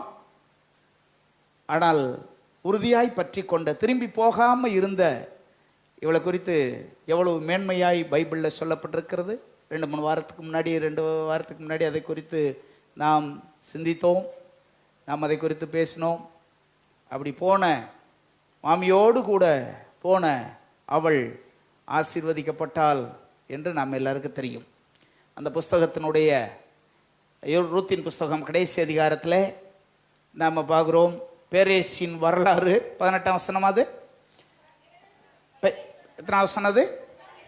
18ஆம் வசனம். பேரேசின் குடும்ப வரலாறு வரிசையில் அதில் போட்டிருக்கு. அந்த பேரேசிலிருந்து தாவீது வரைக்கும் 10 தலைமுறை பேர் போட்டிருக்கோம். அதில் 10 தலைமுறை பேர் வரிசையாக அதில் போட்டிருக்கோம். ராஜாவாகிய தாவீது வரைக்கும். அதில் 7வது ஆனவன் தான் போவாஸ். அவளுக்கு மனைவியானால் அதற்கு பிற்பாடு போவாஸ் ஓபேதை பெற்றான். ஓபேத் ஈசாயை பெற்றான். ஈசாய் தாவீது ராஜாவை பெற்றான். அவருடைய வாழ்க்கை எப்படி கட்டப்பட்டது என்பதை குறித்தும் புதிய ஏற்பாட்டில் ஆண்டவர் மறந்து விடாமல் மத்தேயு 1ஆம் அதிகாரத்திலே இந்த ரூத்தை குறித்தும் ஆண்டவர் குறிப்பிடுகிறார். பொதுவாக புறஜாதிகளை குறித்து மத்தேயு அவன் ஒரு யூதன், யூதர்கள் பெருசு பண்ண மாட்டாங்க புறஜாதிகளை குறித்து, 2வது பெண்களை குறித்து. ஆனால் இந்த மத்தேயு 1ஆம் அதிகாரத்தில் நம்ம பார்த்தோம்னா இவள் புறஜாதி பெண் தான் என்று ஒதுக்கி விடாமல் ஆண்டவர் இந்த ரூத்தையும் தன்னுடைய கரத்தில் எடுத்து இன்றைக்கு இந்த கிராமத்தில் இருக்கிற நாமும் கூட பல ஆண்டுகளுக்கு பிற்பாடு இதை குறித்து பேசுவதற்கான பெரிய பாக்கியத்தை ரூத்துக்கு கட்டளையிட்டதுக்கான காரணம் என்னவென்றால், அந்த 1 அதிகாரம் ரூத்து 1:15 அவள் சொன்ன வார்த்தை தான், நான் திரும்பி போவதை குறித்து நீ என் கூட பேசவே கூடாது. ஆண்டவரிடத்திலே இப்படிலாம் நீங்கள் வாய் திறந்து சொல்லலாம், ஆண்டவரே என் ஜீவ காலத்திலே உம்மை விட்டு நான் எங்கே போவேன் ஆண்டவரே, நான் எங்கே போவேன் ஆண்டவரே. பேதுருவிடத்தில் ஆண்டவர் இப்படி கேட்பார், நீயும் போறியா, நீ போறியா? 6ஆம் அதிகாரம் 67, யோவான் 6:67 பிரிந்து போவதை குறித்து நீ போறியா? அப்பொழுது அவன் சொல்லுவான், யாரிடம் போவோம் ஆண்டவரே, நித்திய ஜீவ வசனங்கள் உம்மிடத்தில் தான் எங்களுக்கு இருக்கு ஆண்டவரே, யாரிடம் போவோம் ஆண்டவரே. ஊழியத்துக்கு நான் வந்ததுக்கு பிற்பாடு ஊழியத்திலே நான் நிலைத்திருக்க விடாதபடிக்கு பல்வேறு பிரச்சனைகள், பல்வேறு சோதனைகள் இவைகள் எல்லாம் வந்தது, பல்வேறு பிரச்சனைகள் வந்தது. இப்போதெல்லாம் இதே வசனத்தை ஆண்டவர்கிட்ட பலமுறை நான் சொல்லியிருக்கேன், ஆண்டவரே இனிமே நான் எங்கேயும் போக முடியாது, உம்மை விட்டு எங்கேயும் போகிறதுக்கான வழி எனக்கு இல்லை, நான் உம்மை விட்டு எங்கே போவேன் ஆண்டவரே, உம்முடைய ஊழியத்தை விட்டு நான் எங்கே போவேன் ஆண்டவரே, எனக்கு வழியே இல்லை ஆண்டவரே. இப்படி சொல்லி பாருங்கள், ஆண்டவர் உங்களை தம்முடைய கரத்திலே எடுப்பார். உங்களுக்கான அற்புதத்தை ஆண்டவர் நிச்சயமாய் வெளிப்படுத்துவார். அவருடைய கரம் உங்களோடு கூட இருந்து பலத்த காரியங்களை செய்வதை நீங்கள் பார்க்க முடியும். அது ரூத்துக்கு கர்த்தர் செய்த அற்புதத்தை போல லோத்து திரும்பி பார்க்காம இருந்ததுனால தப்பித்தான். அவன் திரும்பி பார்த்திருந்தா அவனும் அங்கே அப்படித்தான் ஆயிருப்பான். ஆனால் தேவன் தன்னுடைய கிருபையினாலே அவனையும் காத்து கொண்டார். எனவே தேவனுடைய ஜனங்களாகிய நீங்கள் நானும் ஒருபோதும் நம்முடைய மனதளவிலே இந்த உலகத்தின் பக்கம் திரும்பவே கூடாது. எகிப்து என்பது எதற்கு அடையாளமா இருக்கிறது? இந்த உலகத்துக்கு அடையாளமா இருக்கிறது. இந்த உலகத்தில் உள்ள ஒவ்வொரு காரியங்களையும் நாம் பார்க்கும்போது ஆண்டவர் தம்முடையவர்களை நேசித்து இப்படிப்பட்ட காரியத்தை தான் அடிக்கடி சொல்லுவதை நாம பார்க்கிறோம். தேவன் தம்மை நேசிக்கிற பிள்ளைகளை ஆண்டவர் பார்த்து இப்படியெல்லாம் பேசுவார், நீங்க இன்னுமே அப்படி என்ன செய்யாதீங்க, திரும்ப போகாதீங்க, திரும்ப செய்யாதீங்க என்று தான் சொல்லுவார். நாம் எல்லாருக்கும் தெரியும், சில நபர்களை மட்டும் நான் குறிப்பிட்டு வேகமாக போகும்படி விரும்புகிறேன். பெதஸ்தா குளத்தண்டையில் ஒருத்தன் படுத்திருப்பான். யோவான் 5ஆம் அதிகாரத்தில் அதை பற்றி போட்டிருக்கு. யோவான் 5ஆம் அதிகாரத்தில் இந்த பெதஸ்தா குளத்தண்டையில் படுத்திருப்பான். நாம் எல்லாருக்குமே தெரியும் எத்தனை வருஷம் அவன் படுத்திருந்தான். 38 வருஷமாய் அவன் படுத்திருப்பான். அது குளம் என்று சொல்லும்போது நம்ம ஊரில் உள்ள பெரிய பெரிய கம்மாய் அந்த மாதிரிலாம் இல்லாமல் ஒரு சின்ன இடம் அது. அந்த இடத்துல பள்ளம் தோண்டி இருக்காங்க. சுற்றி வர பாறையாத்தான் இருக்குது. அது சுண்ணாம்பு பாறை மாதிரி இருக்குது. அந்த சுண்ணாம்பு பாறையிலே தண்ணி நிற்கிறது மாதிரி ஒரு பள்ளமாக வெட்டி அந்த கல்லப்புறம் எடுத்துகிட்டு போயிருக்காங்க. வெளியே பார்த்தீங்கன்னா அதை சுற்றி மக்கள் படுக்கிறதுக்கு கல்லிலே படுக்க செஞ்சு வச்சுருக்காங்க. ஒருவேளை அதான் அவன் காலத்துக்கு பின்னாடி அது செஞ்சாங்களோ என்னன்னு தெரில. சாலமோன் காலத்தில் ஏற்படுத்தப்பட்ட குளம் அது. சாலமோன் காலத்திலேயே அந்த குளத்தை அவன் ஏற்படுத்தினான் அப்படின்னு நம்ம சரித்திரத்தில் படிக்கிறோம். பெதஸ்தா குளம் என்பது எருசலேமிலே சாலமோனால் கட்டப்பட்டது. ஏறத்தாழ அப்படி கட்டப்பட்டிருக்குன்னா கிறிஸ்துவுக்கு முன்னாடி 900 வருஷத்துக்கு முன்னாடி வாழ்ந்தவன் சாலமோன். கிறிஸ்துவுக்கு முன்னாடி 900 வருஷத்துக்கு முன்பதாக கட்டப்பட்டது. இப்போ இயேசுவின் காலம் வந்துருச்சு. இப்போ அதனுடைய ஸ்பெஷாலிட்டி என்ன நம்ம எல்லாருக்குமே தெரியும். திடீர்னு அந்த குளத்தில் உள்ள தண்ணீர் கலங்கும். அப்படி கலங்குற நேரத்தில் யாரும் முதல்ல போய் விழுகிறாங்களோ எப்பேற்பட்ட வியாதியாக இருந்தாலும் அது சுகமாகும். அதுதான் அவங்களுடைய அந்த மாதிரி தான் அங்கே நடந்திருக்கு. ஆனால் இவன் சொல்லுவான், 38 வருஷமா என்னை கொண்டு போய் விடுறதுக்கு யாருமே இல்லை. அவன் சொல்லுவான். இயேசு அவனை தேடி போவார். அவனுக்கு ஒரு அற்புதமான சுகத்தை ஆண்டவர் கொடுப்பார். அவனை கொடுத்துட்டு உன் படுக்கையை எடுத்துக்கொண்டு நட என்று சொல்லி அப்படி போவார். அதற்கு பிற்பாடு நம்ம பார்த்தோம்னா ஒரு நாள் ஆண்டவர் அவனை தேவாலயத்தில் பார்க்கிறார். அது 14ஆம் வசனத்தில் போட்டிருக்கு. தேவாலயத்திலே அவனை கண்டு. வசனம் என்னது? 14 15 14. 14ஆம் வசனத்திலே ஆண்டவர் தேவாலயத்திலே அவனை பார்ப்பார். அவனை பார்த்துட்டு இப்படி சொல்லுவாரு, இங்க வா, நீ சொஸ்தமானாய், அதிக கேடானது ஒன்றும் உனக்கு நடக்காதபடிக்கு. அவன்கிட்ட பார்த்து, இனிமேல் நீ ஒன்று செய்யக்கூடாது. இந்த ரெண்டுக்கும் இடையில என்ன நடந்திருக்கும்? அவன் படுத்திருந்தான். ஆண்டவர் அற்புதமாக அவனை சுகமாக்கினார். அவனை வீட்டுக்கு போன்னு சொல்றார். அவன் இப்போது தேவாலயத்துக்கு வர்றான். அங்கே அவனை பார்க்கிறார். பார்த்துட்டு தான் அவன்கிட்ட இப்படி சொல்றாரு, ஏப்பா, ஏற்கனவே எத்தனை வருஷமா நீ படுத்த படுக்கையா கிடந்த, உனக்கு ஒரு அற்புதம் நடந்தது, சுகமான, இப்ப தேவாலயத்துக்கு வந்திருக்க, உன்னை எச்சரிக்கையாரு, இனிமே அந்த பாவத்தை என்ன செய்யாத என்றால் ஆண்டவர் அவனை அறிந்திருந்தார். அவனுக்கு ஒரு எச்சரிப்பான வார்த்தையை சொல்றார். அதிக கேடானது ஒன்றும் உனக்கு வராதபடிக்கு இனி நீ பாவம்லாம் செய்யாத என்று ஒரு எச்சரிப்பை அவனுக்கு கொடுப்பதை குறித்து நாம வாசிக்கிறோம். அன்பின் தேவன் இயேசு தொடர்ந்து நம்முடைய வாழ்க்கையில கடந்த காலங்களில் நடந்தவைகளை விட்டுவிட்டு எதிர்காலத்தில் நடக்க வேண்டிய காரியங்களை சொல்லி நம்முடைய வாழ்க்கையை ஆண்டவர் மீண்டுமாய் கட்டும்படி விரும்புகிறார். பல காலத்தில், பழைய காலத்தில், பழைய வருஷத்தில் நடந்த இவைகள் எல்லாவற்றையும் விட்டுவிடு. இனிமே புதிய வருஷத்தில் உன்னுடைய வாழ்க்கை சீராகட்டும், தேவனுக்கு பிரியமாய் வாழ்வதற்கு முக்கியத்துவம் கொடு. அதிக கேடானது ஒன்று உனக்கு வராதபடிக்கு இனிமே நீ பாவம் செய்யாமல் தேவனை பின்பற்றுவதற்கு கவனமாறு. இதே வார்த்தையை தானே யோவான் 8ஆம் அதிகாரத்தில் அந்த சகோதரியை பார்த்து, அந்த பெண்ணை பார்த்து இயேசு சொல்லுவார். இயேசுவிடத்தில் அந்த பெண்ணை கொண்டு வருவாங்க.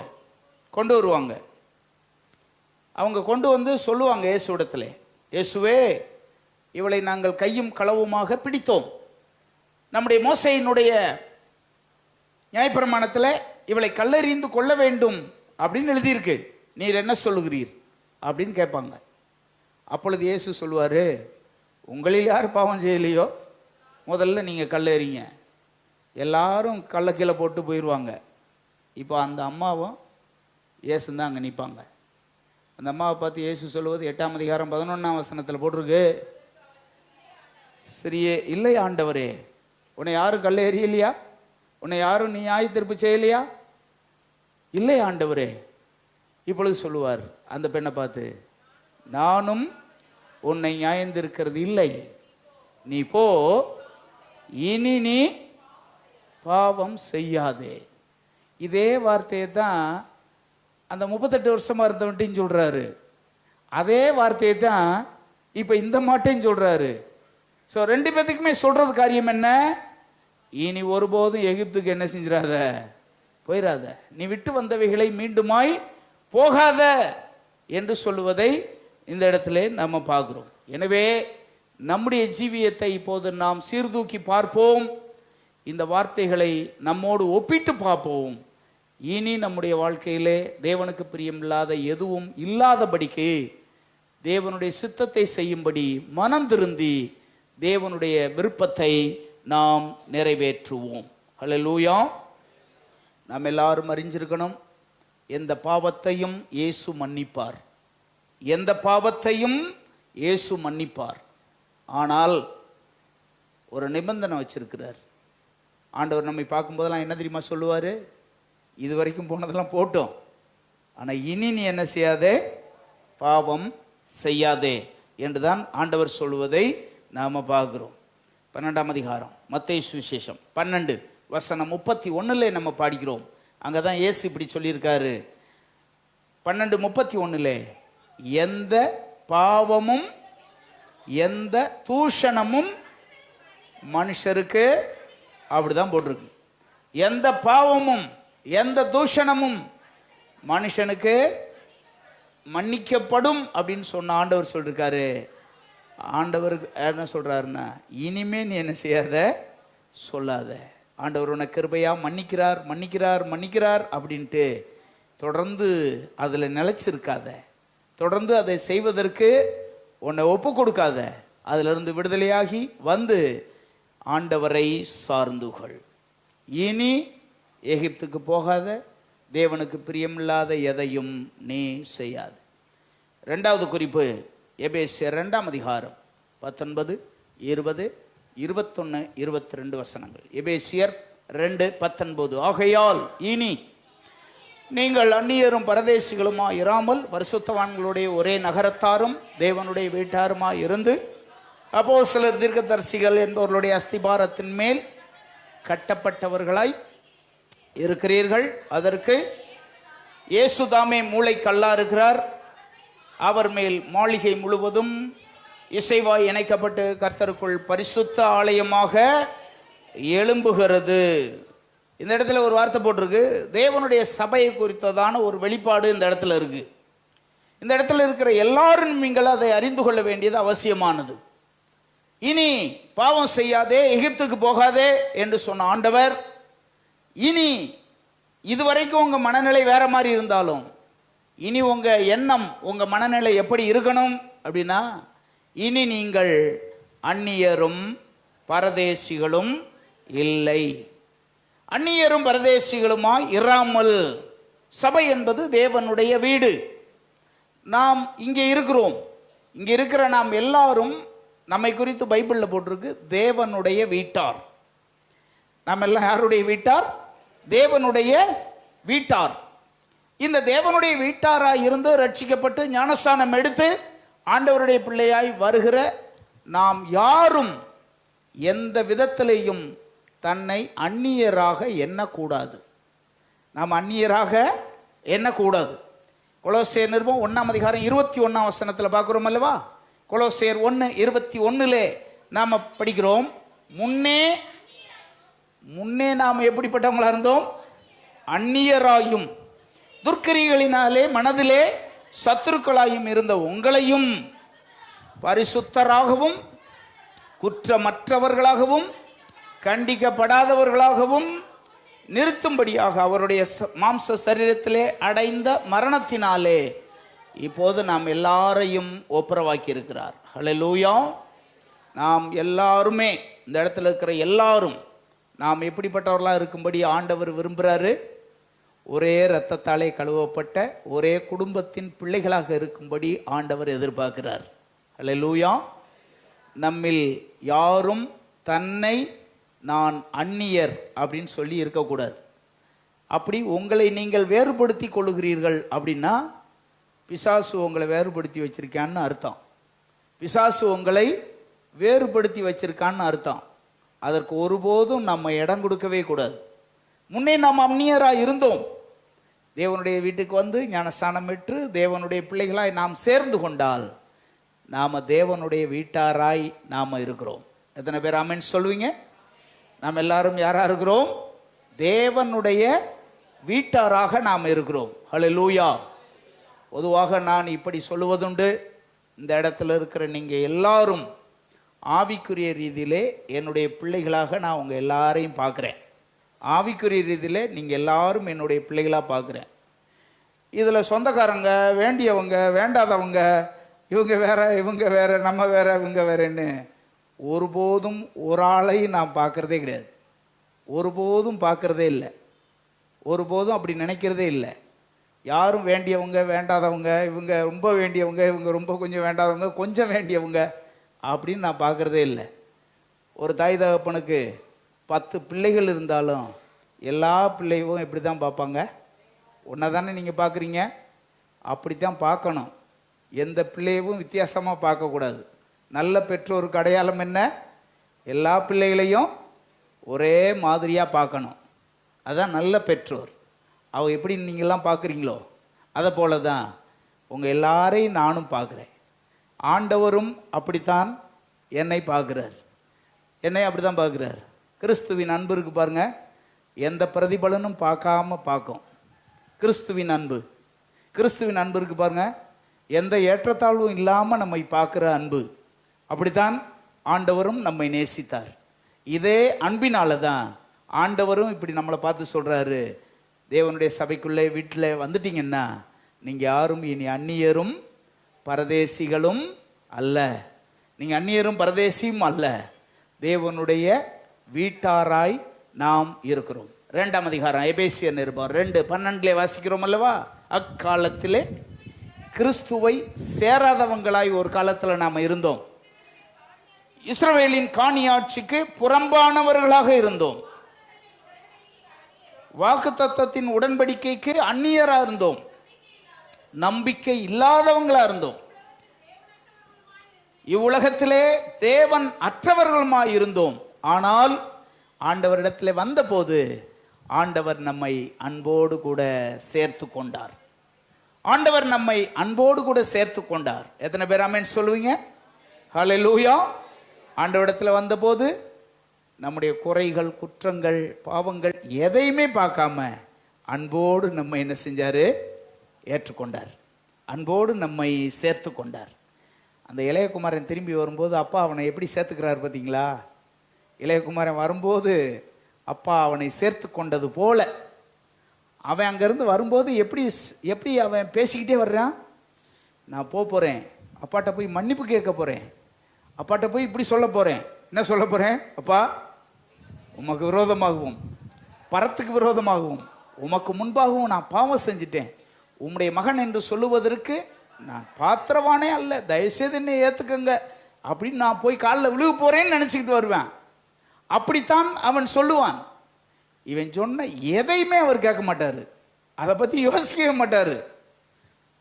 அங்கே போட்டிருக்கு, உடனே அவர் வேலைக்காரங்கள்ட்ட தான் பேசுவாரே ஒழிய அவன்கிட்ட ஒன்றுமே பேச மாட்டார். வேலைக்காரங்களை பார்த்து இங்கே வாங்க அப்படின்வார். ஒருவேளை இவன் என்ன நினச்சிருப்பான், சரி நம்ம போய் சொல்லுவோம், அவர் ஏற்றுக்கிறாரோ இல்லையோ, ஏலே எல்லா சொத்தையும் விற்றுவிட்டு போயிட்டு இப்படி வர்ற, நீ இப்போ எதுக்கு வந்த, அங்கிட்டு தானே சாக வேண்டியதுனடா அப்படின்னு சொல்லுவாரோன்னு நினச்சிக்கிட்டு தான் வந்திருப்பேன். ஆனால் அவர் அதை பற்றிலாம் ஒன்றுமே சொல்லலை. இவன் சொன்ன எதையுமே அவர் நினச்சிக்கிறல.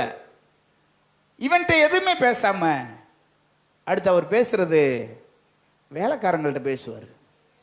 அவர்களை நோக்கி உயர்ந்த வஸ்திரங்களை கொண்டு வந்து இவனுக்கு உடுத்துங்கள், இவன் காலுக்கு பாதரட்சை செய்யும், கைக்கு மோதிரத்தையும் அது செய்யுங்க, விருந்தை ஏற்பாடு பண்ணுங்க, அப்படிதான் பேசுவார். இதை இயேசுவே சொன்ன ஓமை எது? இந்த அன்பு இருக்கு பாருங்க, எந்த குறையும் பார்க்காத அன்பு, எந்த ஒரு குறையுமே கவனிக்காத அன்பு, எந்த ஒரு பாவத்தையும் பார்க்காத அன்பு, எந்த ஒரு குற்றத்தையும் பார்க்காத அன்பு. இது எப்படி நடந்திருக்கு பாருங்க. இந்த அன்பினால தான் ஆண்டவர் உங்களை என்னையும் இயேசுவிடத்தில் நான் வந்தபோது எந்த குறையும் பார்க்காம நம்மை சேர்த்து கொண்டார். இப்படி சேர்த்து கொண்ட ஆண்டவர் தான் சொல்றாரு, உன்னை நீ அந்நியனா நினைக்காதப்பா, உன்னை நீ அந்நியனா என்னாத, உன்னை அந்நியனா நினைக்காத நீனு. அப்போஸ்தலனாகிய பவுலும் நம்மை போல புறச்சாதியா இருந்து ரட்சிக்கப்பட்டு வந்த எபேசியருக்கு தான் எழுதுறாரு, இனி நீங்கள் அந்நியரும் பரதேசிகளுமாய் இராமல் அப்படின்னு அப்படிதான் சொல்லுவார். அந்நியரும் பரதேசிகளுமாய் இராமல் அப்படிதான் சொல்லுவார். ஆண்டவர் உங்களை என்னை நேசித்த அந்த அன்பு இருக்கு பாருங்க, அதற்கு ஒப்பான அன்பு இந்த உலகத்தில் எதுவுமே இல்லை. அதற்கு ஒப்பான அன்பு எதுவுமே இல்லை. நகோமியும் ரூத்தும் வர்றாங்க. அந்த ஊருக்கு பக்கத்தில் வந்துட்டாங்க. வந்த அந்த நேரத்தில் காலையில் விடியுது. விடிஞ்ச உடனே நைட்டு பிளான் பண்ணுறாங்க, நாளைக்கு சாப்பாட்டுக்கு என்ன செய்ய போகிறோம், நம்ம எப்படி சாப்பிட்றது. அது அறுவடை நடந்துக்கிட்டு இருக்கிற நேரம். அதனால் நான் போய் எங்காவது போய் கதிர் பிறக்கிட்டு வர்றேன் அத்தை, நீங்கள் இருங்க. அந்த குடிசையில் ஏதாவது ஒரு கூடாரத்தில் குடிசையில் நீங்கள் இருங்க, நான் போய் சாப்பாட்டுக்கு வேண்டியவைகளை பொறுக்கிட்டு வர்றேன் அப்படின்னு சொல்லிட்டு ரூத் அங்கேருந்து கிளம்பும். அப்படி போகும்போது மாமிக்கிட்ட ஒன்று சொல்லிட்டு போகும். அது சொல்லிட்டு போகிறது எப்படி தெரியுமா சொல்கிறேன்? 2ஆம் அதிகாரம் 2ஆம் வசனம் பாருங்க, 2:2 பாருங்க, ரூத்தின் புஸ்தகம். இப்பதான் அந்த 2:2 தான் மோவாபிய ஸ்திரியான ரூத் என்பவள் தன்னுடைய மாமியை நோக்கி பார்த்து இப்படி சொல்லுவா, நான் வயல்வெளிக்கு போய், இந்த இடத்துல தான் அந்த முக்கியமான ஒரு வார்த்தையை சொல்லுவா, யாருடைய கண்களில் எனக்கு தயவு கிடைக்குமோ அவங்கள்ட்ட போயிட்டு நான் கொஞ்சம் கதிர் பறக்கிட்டு வர்றத, நீங்கள் இங்கே இருங்க, நீங்கள் இங்கே இருங்க, யாருடைய கண்களில் எனக்கு தயவு கிடைக்குதோ தெரில, அவங்க இதில் போய் நான் கொஞ்சம் ஏதாவது புறக்கிட்டு வர்றேன் அப்படின்னு சொல்லுவா. இந்த தயவு போவாசின் மூலமாக இவளுக்கு கிடைத்தது. போவாசின் கண்கள்லே தயவு கிடைச்சது. 2ஆம் அதிகாரம் 10ஆம் வசனத்தில் போட்டிருக்கு.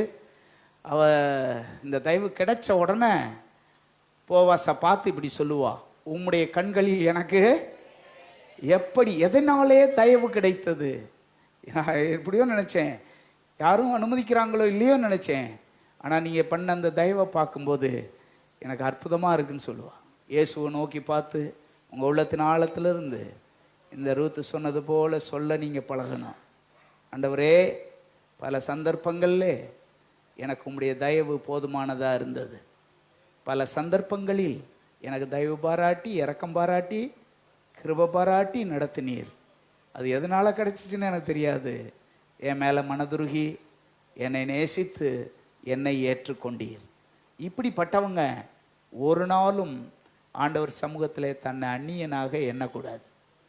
குறையோடு கூட நீ வந்திருக்கலாம், ஆண்டவர் அன்போடு உன்னை சேர்த்து கொண்டார். இல்லாமையாய் வந்த ரூத்தை போல் இருந்திருக்கலாம், போவாஸ் ரூத்தை ஏற்றுக்கொண்டது போல அன்பின் ஆண்டவர் உன்னையும் தன்னோடு கூட அவர் சேர்த்து கொண்டார். இப்போ அவர் தான் சொல்கிறாரு, உன்னை அந்நிய பெண்ணாக நீ எண்ணாத, உன்னை அந்நிய ஸ்திரியாக நீ காமிக்காத, அந்நியரும் பரதேசியுமாய் நீ இல்லை, தேவனுடைய வீட்டாராய் ஆண்டவர் ஒன்றை வச்சிருக்கிறார். இந்த பாக்கியத்துக்காக கரங்களை உயர்த்தி கர்த்தரை எல்லாரும் ஸ்தோத்திரம் பண்ணுங்க. ஹல்லேலூயா. மூன்றாவதாக, நாம் நம்முடைய குறைவோடு கூட நாம் இருந்தாலும் ஆண்டவர் நம்மை பார்த்து இப்படி சொல்லுவார். 15ஆம் அதிகாரம் 14ஆம் வசனம் பாருங்க, யோவான் சுவிசேஷம் 15:14 பாருங்க. யாவையும் செய்வீர்களானால் என் சிநேகிதராக நீங்கள் இருப்பீர்கள். ஆண்டவர் நம்மை எப்படி ஏற்றுக்கொள்கிறாராம்?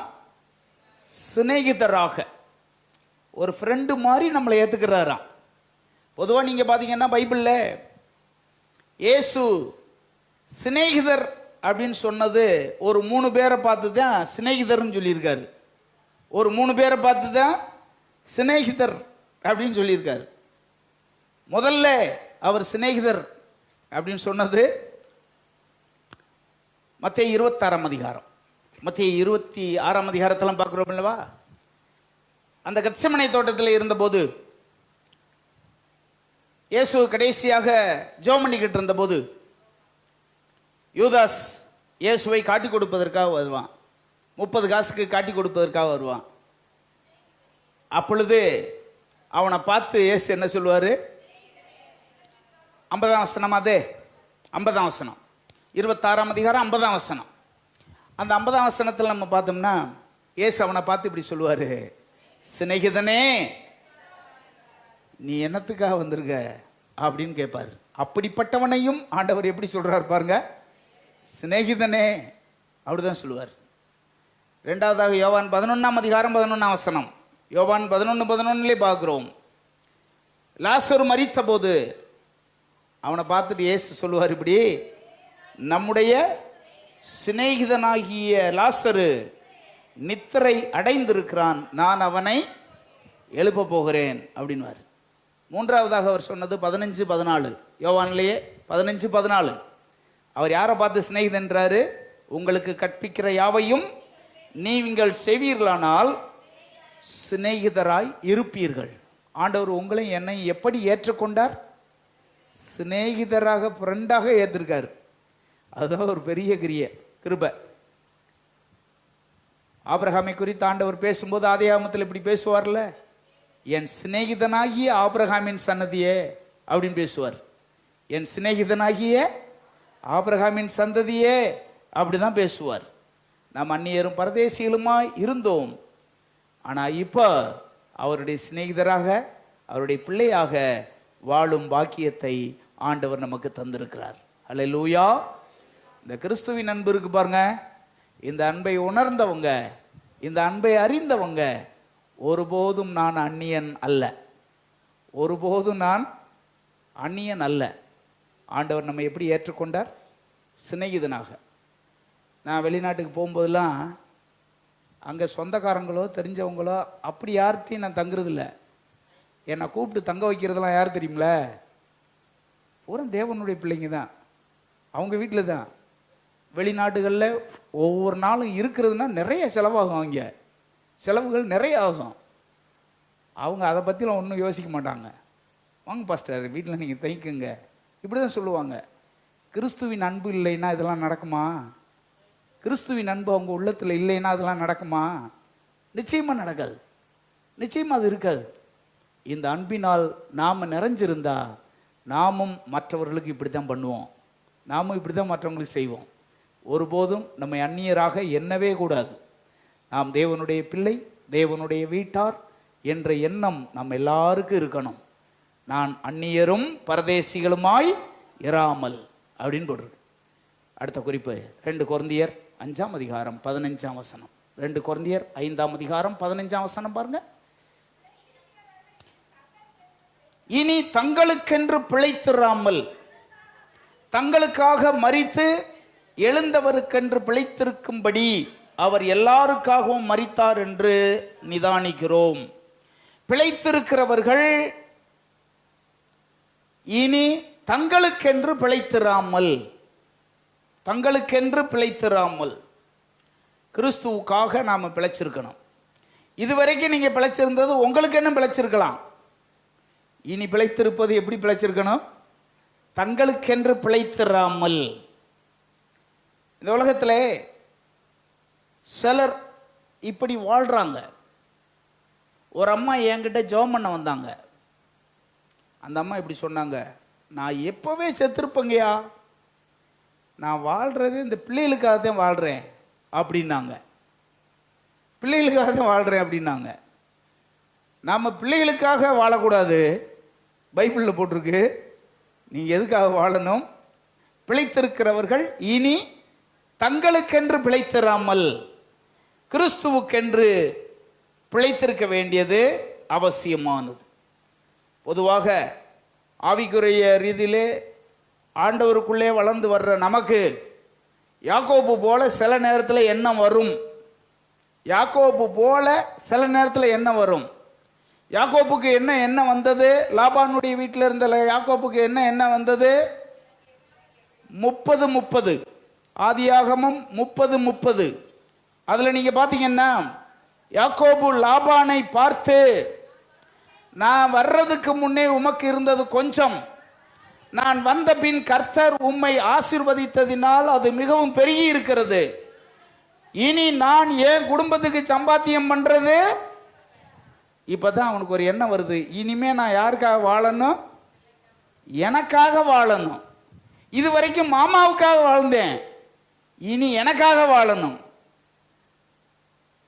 சில நேரத்தில் பிசாசு என்கிட்ட வந்து என்ன தெரியுமா சொல்லுவேன், இங்கே பாரு, இப்படி ஊழியக்காரங்களுக்கு கொடுக்குறேன், அவங்களுக்கு சாப்பாடு போடுறேன், இவனு செய்கிறேன், அது சரி, இப்படியே செஞ்சுக்கிட்டே இருக்காத. இப்படி இருந்தால் நீ இப்படி தான் இருப்ப, நீ பணக்காரனவே ஆகவே முடியாது, நீ இப்படி தான் இருப்ப. யாக்கோப்புக்கு வந்த எண்ணம் நாம் எல்லாருக்கும் வராமல் இருக்குமா? கண்டிப்பாக வரும். இப்பொழுதுதான் அந்த பிசாசை பார்த்து சொல்லணும், இருக்கட்டும், அது ஒரு பக்கம் இருக்கட்டும், கர்த்தர் எல்லாத்தையும் பார்த்துக்கிடுவார். நான் அவருக்காக வாழப்போகிறேன், நான் அவருக்காக வாழ போகிறேன், அவருக்காக நான் ஜீவிக்க போகிறேன், அவருக்காக நான் வாழ போகிறேன். இப்படித்தான் ஒவ்வொரு முறையும் நாம் ஜெயிக்கணும், ஒவ்வொரு முறையும் ஜெயிக்கணும். நான் உங்களிடத்தில் சொல்லியிருப்பேன்னு நினைக்கிறேன். ஒரு 10 வருஷத்துக்கு முன்னாடி ஒரு நாள் கேஸ் வாங்குறதுக்காக காசு வச்சுருக்கேன். அன்றைக்கி தான் கேஸ் வரப்போகுது, உசிலம்பட்டியிலேருந்து வரணும். அப்போ திடீர்னு ஒரு ஊழியக்காரர் வந்துட்டார் வீட்டுக்கு. ஆண்டவர் என்கிட்ட பேசுகிறாரு, உன்கிட்ட இருக்கிறத எடுத்து இந்த ஊழியக்காரர் கொடுத்துரு, அவர் தேவையோடு இருக்காருன்றாரு. நான் எடுத்து, ஆண்டவர் சொல்லிட்டார்ல அவர் கொடுத்துருவோம்னு ஒரு சின்ன காணிக்கை இருக்க வச்சுக்குங்க அப்படின்னு கொடுத்துட்டேன்.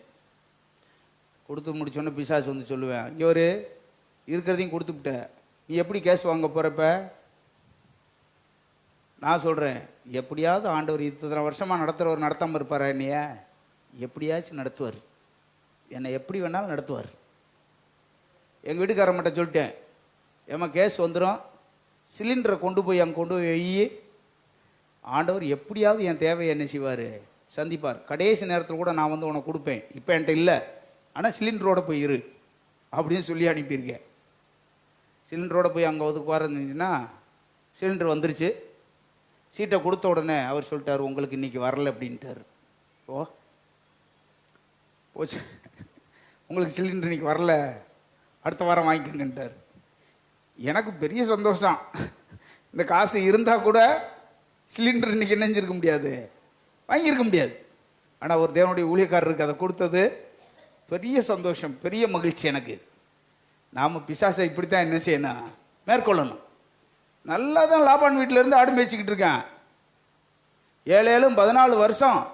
திடீர்னு ஒரு எண்ணம் அவனுக்குள்ளே வருது, இனி ஏன் குடும்பத்துக்காக சம்பாத்தியம் பண்ணுறது அப்படின்னு வந்து சண்டையை போடுறான்.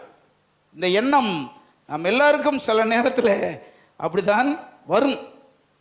31ஆம் அதிகாரம் 41ஆம் வசனம், 31:41 அதில் தான் போட்டிருக்கு. அவன் இப்படி சொல்லுவான், 20 வருஷ காலம் உம்முடைய வீட்டிலே, இந்த 20 வருஷ காலம் உம்முடைய வீட்டிலே இருந்தேன். 14 வருஷம் உம்முடைய 2 குமாரத்திகளுக்காகவும் 6 வருஷம் உம்முடைய மந்தைக்காகவும் உம்மிடத்தில் சேவித்தேன். 10 முறை என் சம்பளத்தை மாற்றினேன். அப்படி இப்படின்னு பெரிய தகராறு பண்ணுறேன் மாமாட்ட. இனி என் குடும்பத்துக்கு சம்பாத்தியம் பண்ணுறது எப்போ நான் அப்படிலாம் சம்பாத்தியம், அப்படிலாம் பிரச்சனை வருது. இதே பிரச்சனை சோதனைகள் நம்ம எல்லாருக்கும் வரும். இனி இருக்கிற கொஞ்ச காலத்தில் நாம் வாழ்வது யாருக்காக வாழணும், இயேசுவுக்காக வாழணும். ஹல்லேலூயா. அரசியல் கட்சிக்காக அநேகர் வாழ்கிறாங்க, அரசியலுக்கு அநேகர் வாழ்கிறாங்க, அரசியல் கட்சி தலைவனுக்காக நான் வாழ போகிறேன்னு அநேகர் வர்றாங்க, அரசியல் கட்சியில் உள்ள தலைவனுக்காக பலர் வாழ்கிறாங்க, பலர் தாங்கள் நம்புகிற கொள்கைக்காக அநேகர் வாழ்கிறாங்க, அநேகர் சினிமாவுக்காக நான் வாழ்கிறேன்னு சொல்கிறாங்க. இப்படி பல காரியத்துக்காக பலர் வாழ்கிறேன்னு சொல்கிறாங்க. இங்கே இருக்கிற உங்கள் ஒவ்வொருவருக்கும் ஆண்டவர் சொல்கிறாரு, இனி நீ வாழ்வது கிறிஸ்துவுக்காக வாழும்படி ஆண்டவர் எதிர்பார்க்கிறார். உனக்காக மரித்து ரத்தம் சிந்தி உன்னை மீட்டு கொண்ட உன் இயேசுவுக்காக. அப்போஸ்தலனாகிய பவுல் இப்படி சொல்கிறாரு, நான் பிழைத்திருப்பது கிறிஸ்துவுக்காக நான் பிழைத்திருக்கிறேன், கிறிஸ்துவுக்காக நான் பிழைத்திருக்கிறேன். எபிரேயர் 12:3 சொல்லுவார்.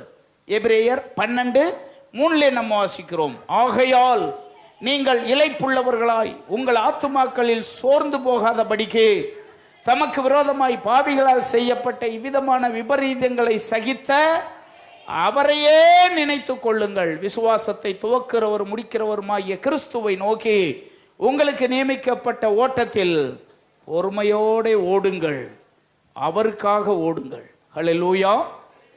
அவருக்காக நீங்கள் ஓடுங்கள். பிசாசு பல வேளைகளில் வந்து சொல்லுவான், என்கிட்ட வந்து பேசுவான், இப்படிலாம் செய்யாத, இப்படிலாம் செய்யாத, நீனு இதெல்லாம் எதுக்கு, உனக்கு தேவையில்லாத வம்பு, எதுக்கு இப்படிலாம் செலவழிக்கிற, எதுக்கு இதெல்லாம் ஊழியக்காரன் கூட்டத்தை நடத்துகிற, எதுக்கு இப்படிலாம் சாப்பாடு கொடுக்குற, எதுக்கு இப்போ ஸ்டூடெண்ட்லாம் இது பண்ணுற, அவங்களால உனக்கு என்னப்பா பிரயோஜனம், இப்படிலாம் பிசாசு சொல்லுவான். ஒருபோதும் அதுக்கு அடிமையாக, அதுக்கு அடிபணியக்கூடாது, அடிபணியக்கூடாது. கிறிஸ்துவின் பிரமாணத்தை நம்ம நிறைவேற்றணும். எதுக்காக என்னை அழைச்சீரோ, எதற்காக அபிஷேகித்தீரோ, எதற்காக கிருபை கொடுத்தீரோ, எதற்காக என் கூட பேசினீரோ என் ஜீவகாலம் எல்லாம் அதை நான் நிறைவேற்றின ஆண்டவரே. வாழ்வது நமக்காக என்று வாழ்ந்தது போதும், இனி வாழ்கிறவர்கள் தங்களுக்காக மரித்து உயிர்த்தெழுந்த அந்த கிறிஸ்துவுக்காக வாழ்வதற்கு உங்களை அர்ப்பணம் பண்ணுங்கள். ஹல்லேலூயா. அடுத்த வசனம் எபேசியர் 4:14-15 பாருங்க. எபேசியர் 4:14-15 வாசிங்க. இந்த இடத்துல போட்டிருக்கு, நாம் இனி குழந்தைகளாய் இராமல், இனி தங்களுக்கென்று பிழைத்திராமல், இனி எகிப்துக்கு திரும்பாமல், இனி அந்நியரும் பரதேசிகளுமா இராமல், இனி பாவம் செய்யாமல் அப்படின்னு சொல்லிக்கொண்டே வந்த ஆண்டவர் இந்த இடத்துல சொல்றாரு, இனி நாம குழந்தைகளாய் இராமல் அப்படின்னு போட்டு. பள்ளியில் இருக்கிற பிள்ளைகள் போல காலேஜில் இருக்கிறவங்க இருக்க மாட்டாங்க. பள்ளியில் இருக்கிறவங்க வேற மாதிரி இருப்பாங்க, காலேஜில் இருக்கிறவங்க வேற மாதிரி இருப்பாங்க. இங்கே மாதிரி அப்படி இருக்க மாட்டாங்க. ஒரு நாள் நம்ம வாத்தியார், சத்யநாத வாத்தியார் பார்க்கறதுக்காக பள்ளிக்கூடத்துக்கு போனேன். அவர் ஸ்கூலில் வேலை பார்க்கும்போது அவர் போட்டு மத்தியான டயத்தில் அந்த பக்கமாக வரும்போது அவரை பார்த்துட்டு வரும்னு சாப்பாட்டு டயத்தில் ஒரு விஷயமாக பார்க்கணுன்றதுக்காக நான் ஸ்கூலுக்கு போனேன்.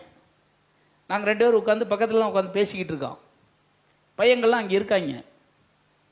நாங்கள் 2 பேரும் பக்கத்தில் இருந்து பேசுகிறோம். ஒருத்தர் பேச முடியாத அளவுக்கு அவங்க பேசுகிறாங்க, ஒரே சத்தமாக பேசுகிறாங்க. நாங்கள் 2 பேரும் பக்கத்தில் இருக்கிறவங்க ரொம்ப சத்தமாக பேசணும், அப்போ தான் கேட்குற அளவுக்கு. ஒரு சத்தம் கொடுத்தாரு, அப்படி அமைதியாயிட்டாங்க. அடுத்து நாங்கள் பேச ஆரம்பித்தோம். 2-3 நிமிஷம் தான், திரும்பவும் சத்தமாக பேச ஆரம்பிச்சிட்டாங்க. இது அவங்களுடைய குணம்.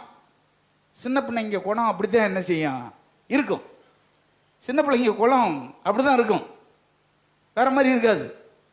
திரும்ப ஒரு 2 நிமிஷம் திரும்ப ஒரு சத்தம் கொடுப்பாரு, அப்படி அமைதியாயிருவாங்க. அப்புறம் கொஞ்ச நேரத்தில் பேச ஆரம்பிச்சிருவாங்க. அப்போதான் நான் கேட்டேன், எப்படி சார் இவங்களோட இருக்கீங்க, எப்படி சார் இவங்களை வச்சு மெயின்டைன் பண்ணுறீங்க? சபை நடத்தும் போது நீங்கள்லாம் பிரசங்கம் பண்ணும்போது எப்படி அமைதியாக கேட்குறீங்க? அவங்கள்ட்ட போய் இப்படிலாம் கேட்க முடியுமா?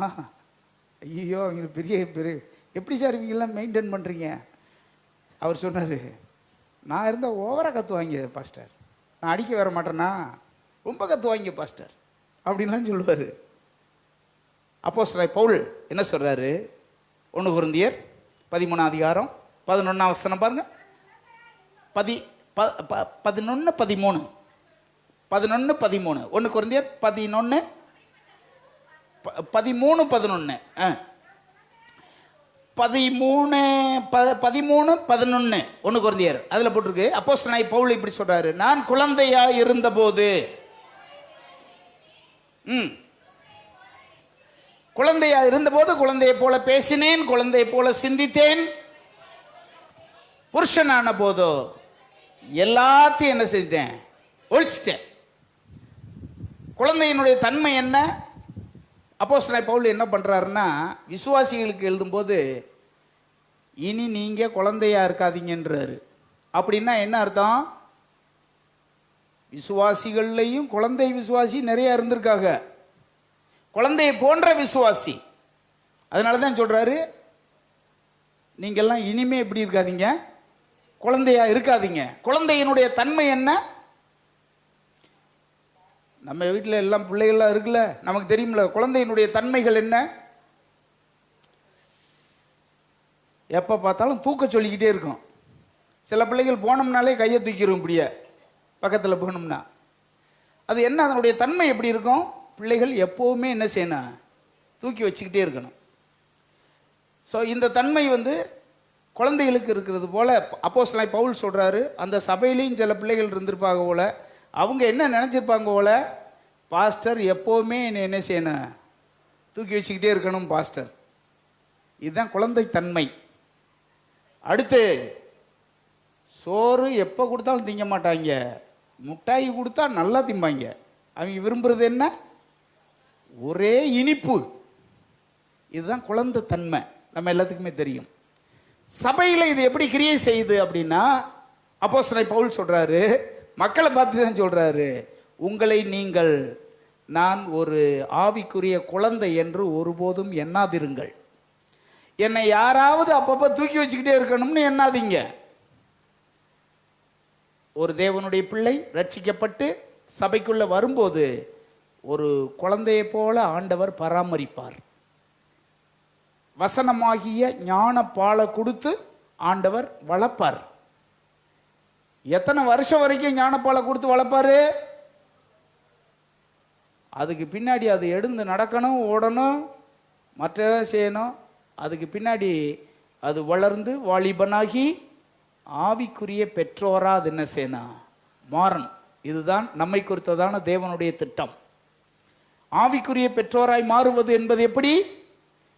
நம் மூலமாய் அநேக பிள்ளைகள் ஆண்டவருடைய ராஜ்யத்துக்குள்ள என்ன செய்யணும்? வரணும்.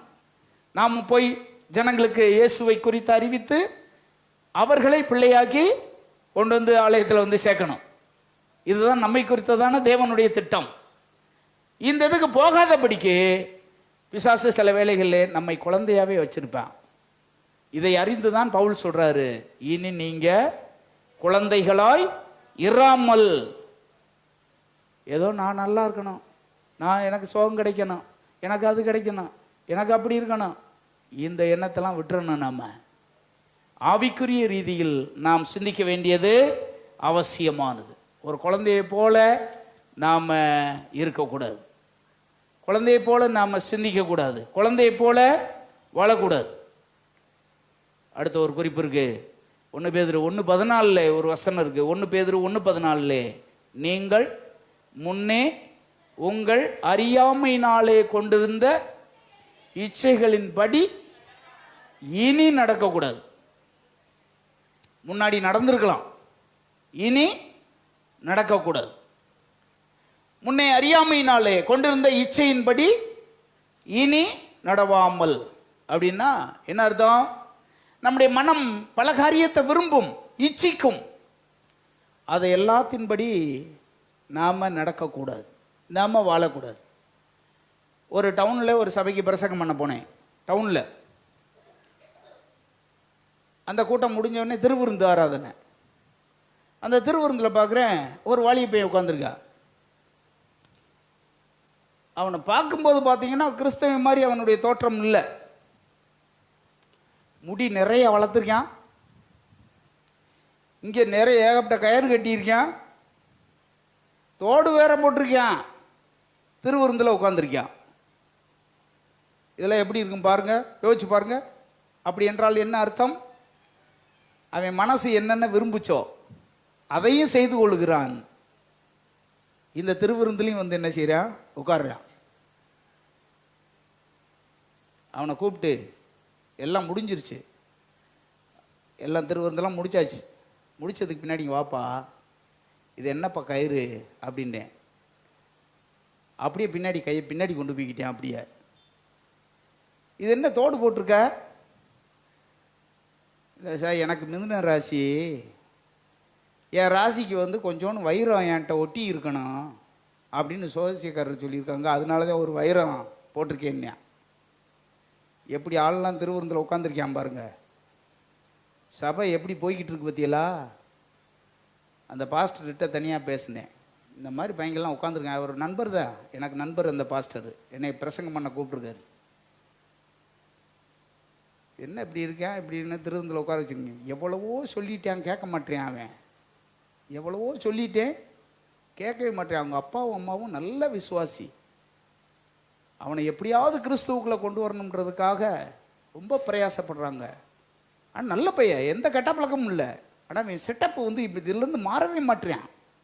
எங்கிட்டாவது எத்தனை இது அத்து போட்டாலும் திரும்ப திரும்ப கயிறுகளை கட்டிட்டு வந்துடுறான். முடி வெட்டவே மாட்டேறான், சேவிங் பண்ணவே மாட்டேறான், இந்த தோடை வேற கலட்டவே மாட்டேறான். பைபிளில் போட்டிருக்கு, உங்கள் மாம்சமும் மனசும் விரும்புகிறபடி இனி நடவாமல். அக்கா, அந்த அக்கா மாதிரி சட்டை போட்டால் என்ன அப்படின்னு விருப்பம் வரும், அது மாதிரி இருந்தால் என்ன அப்படின்ற ஒரு எண்ணம் வரும். அவன் மாதிரி தாடி வச்சா என்ன எண்ணம் வரும், அவன் மாதிரி முடிவெட்டு பேண்ட்டு கிழிச்சு போட்டுக்கு தெரிஞ்சா என்ன, இப்படிலாம் எண்ணம் வரும். ஆனால் பைபிளில் என்ன போட்டிருக்கு? உங்கள் அந்த ஒரு வசனம் பாருங்க, நீங்கள் முன்னே 1 பேதுரு 1:14, நீங்கள் முன்னே உங்கள் அறியாமையினாலே கொண்டிருந்த இச்சையின்படி இனிமே நடக்காதீங்க. இனி எகிப்துக்கு போகாத, இனி பாவம் செய்யாத, இனி நீ அந்நியர் அல்ல, இனி குழந்தை அல்ல, இப்படிலாம் சொல்லிட்டு வந்த ஆண்டவர் இனி அதன்படி என்ன செய்யக்கூடாது? வாழக்கூடாது, இருக்கக்கூடாது. எனவே வாழ்கிற நாம் தேவனுடைய சித்தத்தை நிறைவேற்றணும். வாழ்கிற நாம் இனி நம்முடைய வாழ்க்கையை தேவனுக்கு பிரியமாய் வாழ்வதற்கு நம்மை அர்ப்பணிக்க வேண்டியது அவசியமானது. கடைசி ஒரு வசனத்தை படித்து முடிக்கலாமா? எபேசியர் 4:28 கடைசியாக ஒரு வசனத்தை படிச்சு.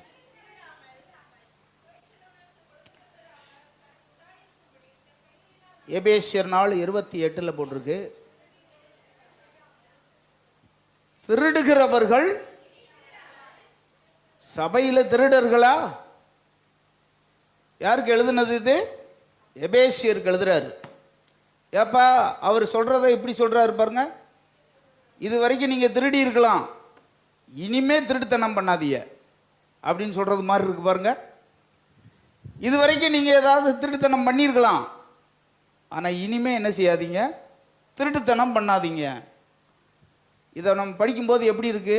ஏன்னா சபையில் திருட்டு பைங்களா, சபையில் திருடர்களா அப்படின்ற ஒரு எண்ணம் நமக்கு வருது, கேள்வியெல்லாம் வருது.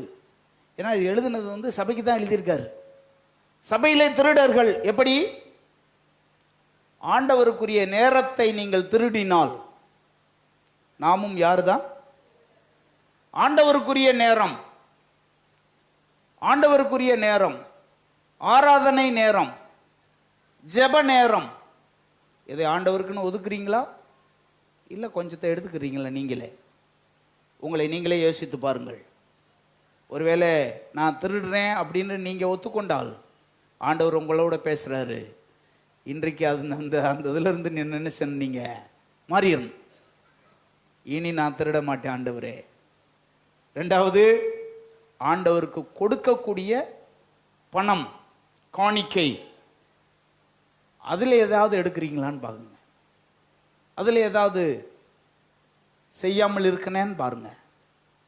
இந்த சபையில் இருக்கிற உங்களில் அநேக காரியங்களை ஆண்டவருக்காக செய்கிறீங்க. அதற்காக கர்த்தரை துதிக்கிறேன்.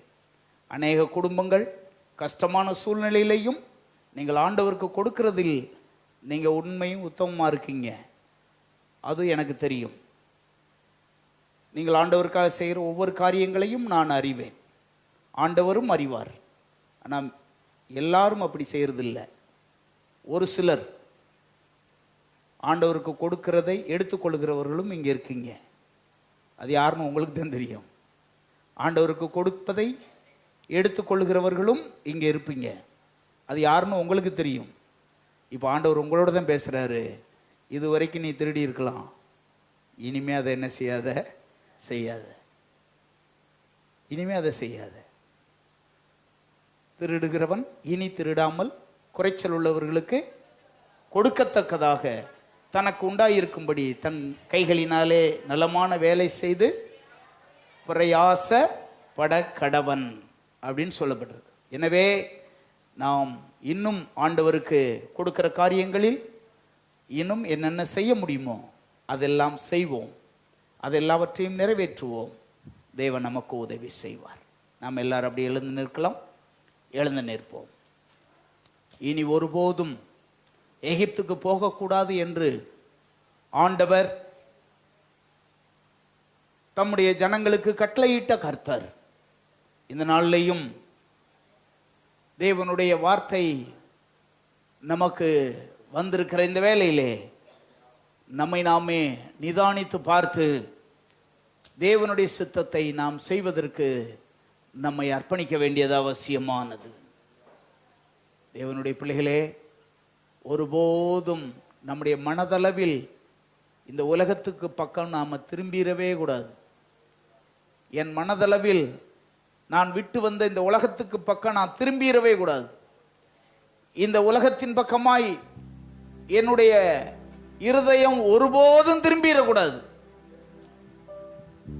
இஸ்ரவேலர்கள் எகிப்தை விட்டு வந்தாலும் தங்கள் இருதயத்திலே எகிப்துக்கு திரும்பினது போல இந்த இடத்துல இருக்கிற நாம் ஒவ்வொருவரும் ஒருபோதும் நாம் விட்டு வந்த இந்த உலகத்தின் பக்கம் நம்ம திரும்பவே கூடாது.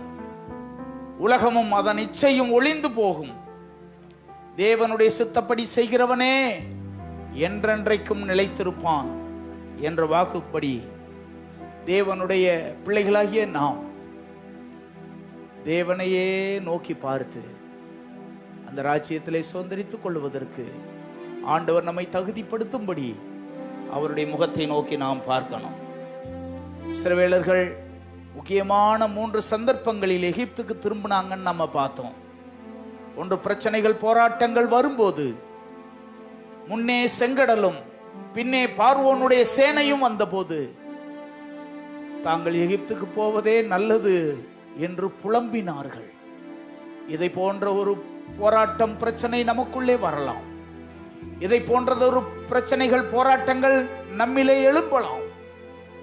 இந்த நேரத்தில் ஒருபோதும் நாம எகிப்துக்கு திரும்பக்கூடாது. தேவனை சார்ந்து கொண்டு தேவனை பற்றி கொண்டு அவர் மேல நம்பிக்கையாய் இருந்தால் உனக்கு விரோதமாய் இருக்கிற செங்கடல் பிரியும், பார்வோனின் சேனை அமிழ்ந்து போகும். நீ தேவனுடைய சித்தம் செய்ய ஆண்டவர் உன்னை அழைத்திருக்கிறார்.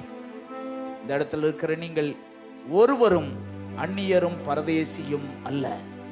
இந்த இடத்துல இருக்கிற நீங்கள் ஒருவரும் உங்களை அந்நியராக எண்ணக்கூடாது. இந்த இடத்துல இருக்கிற நீங்கள் இனி உலகத்துக்காக பிழைக்காமல் அல்லது தங்களுக்காக பிழைக்காமல் அவருக்காக பிழைக்கும்படி ஆண்டவர் உங்களுக்கு ஒரு அழைப்பை கொடுக்கிறார். உங்களுக்கு ஒரு அழைப்பை ஆண்டவர் கொடுக்கிறார். இனி நீங்கள் குழந்தைகள் அல்ல என்பதை நீங்கள் நினைத்துக் கொள்ளணும்.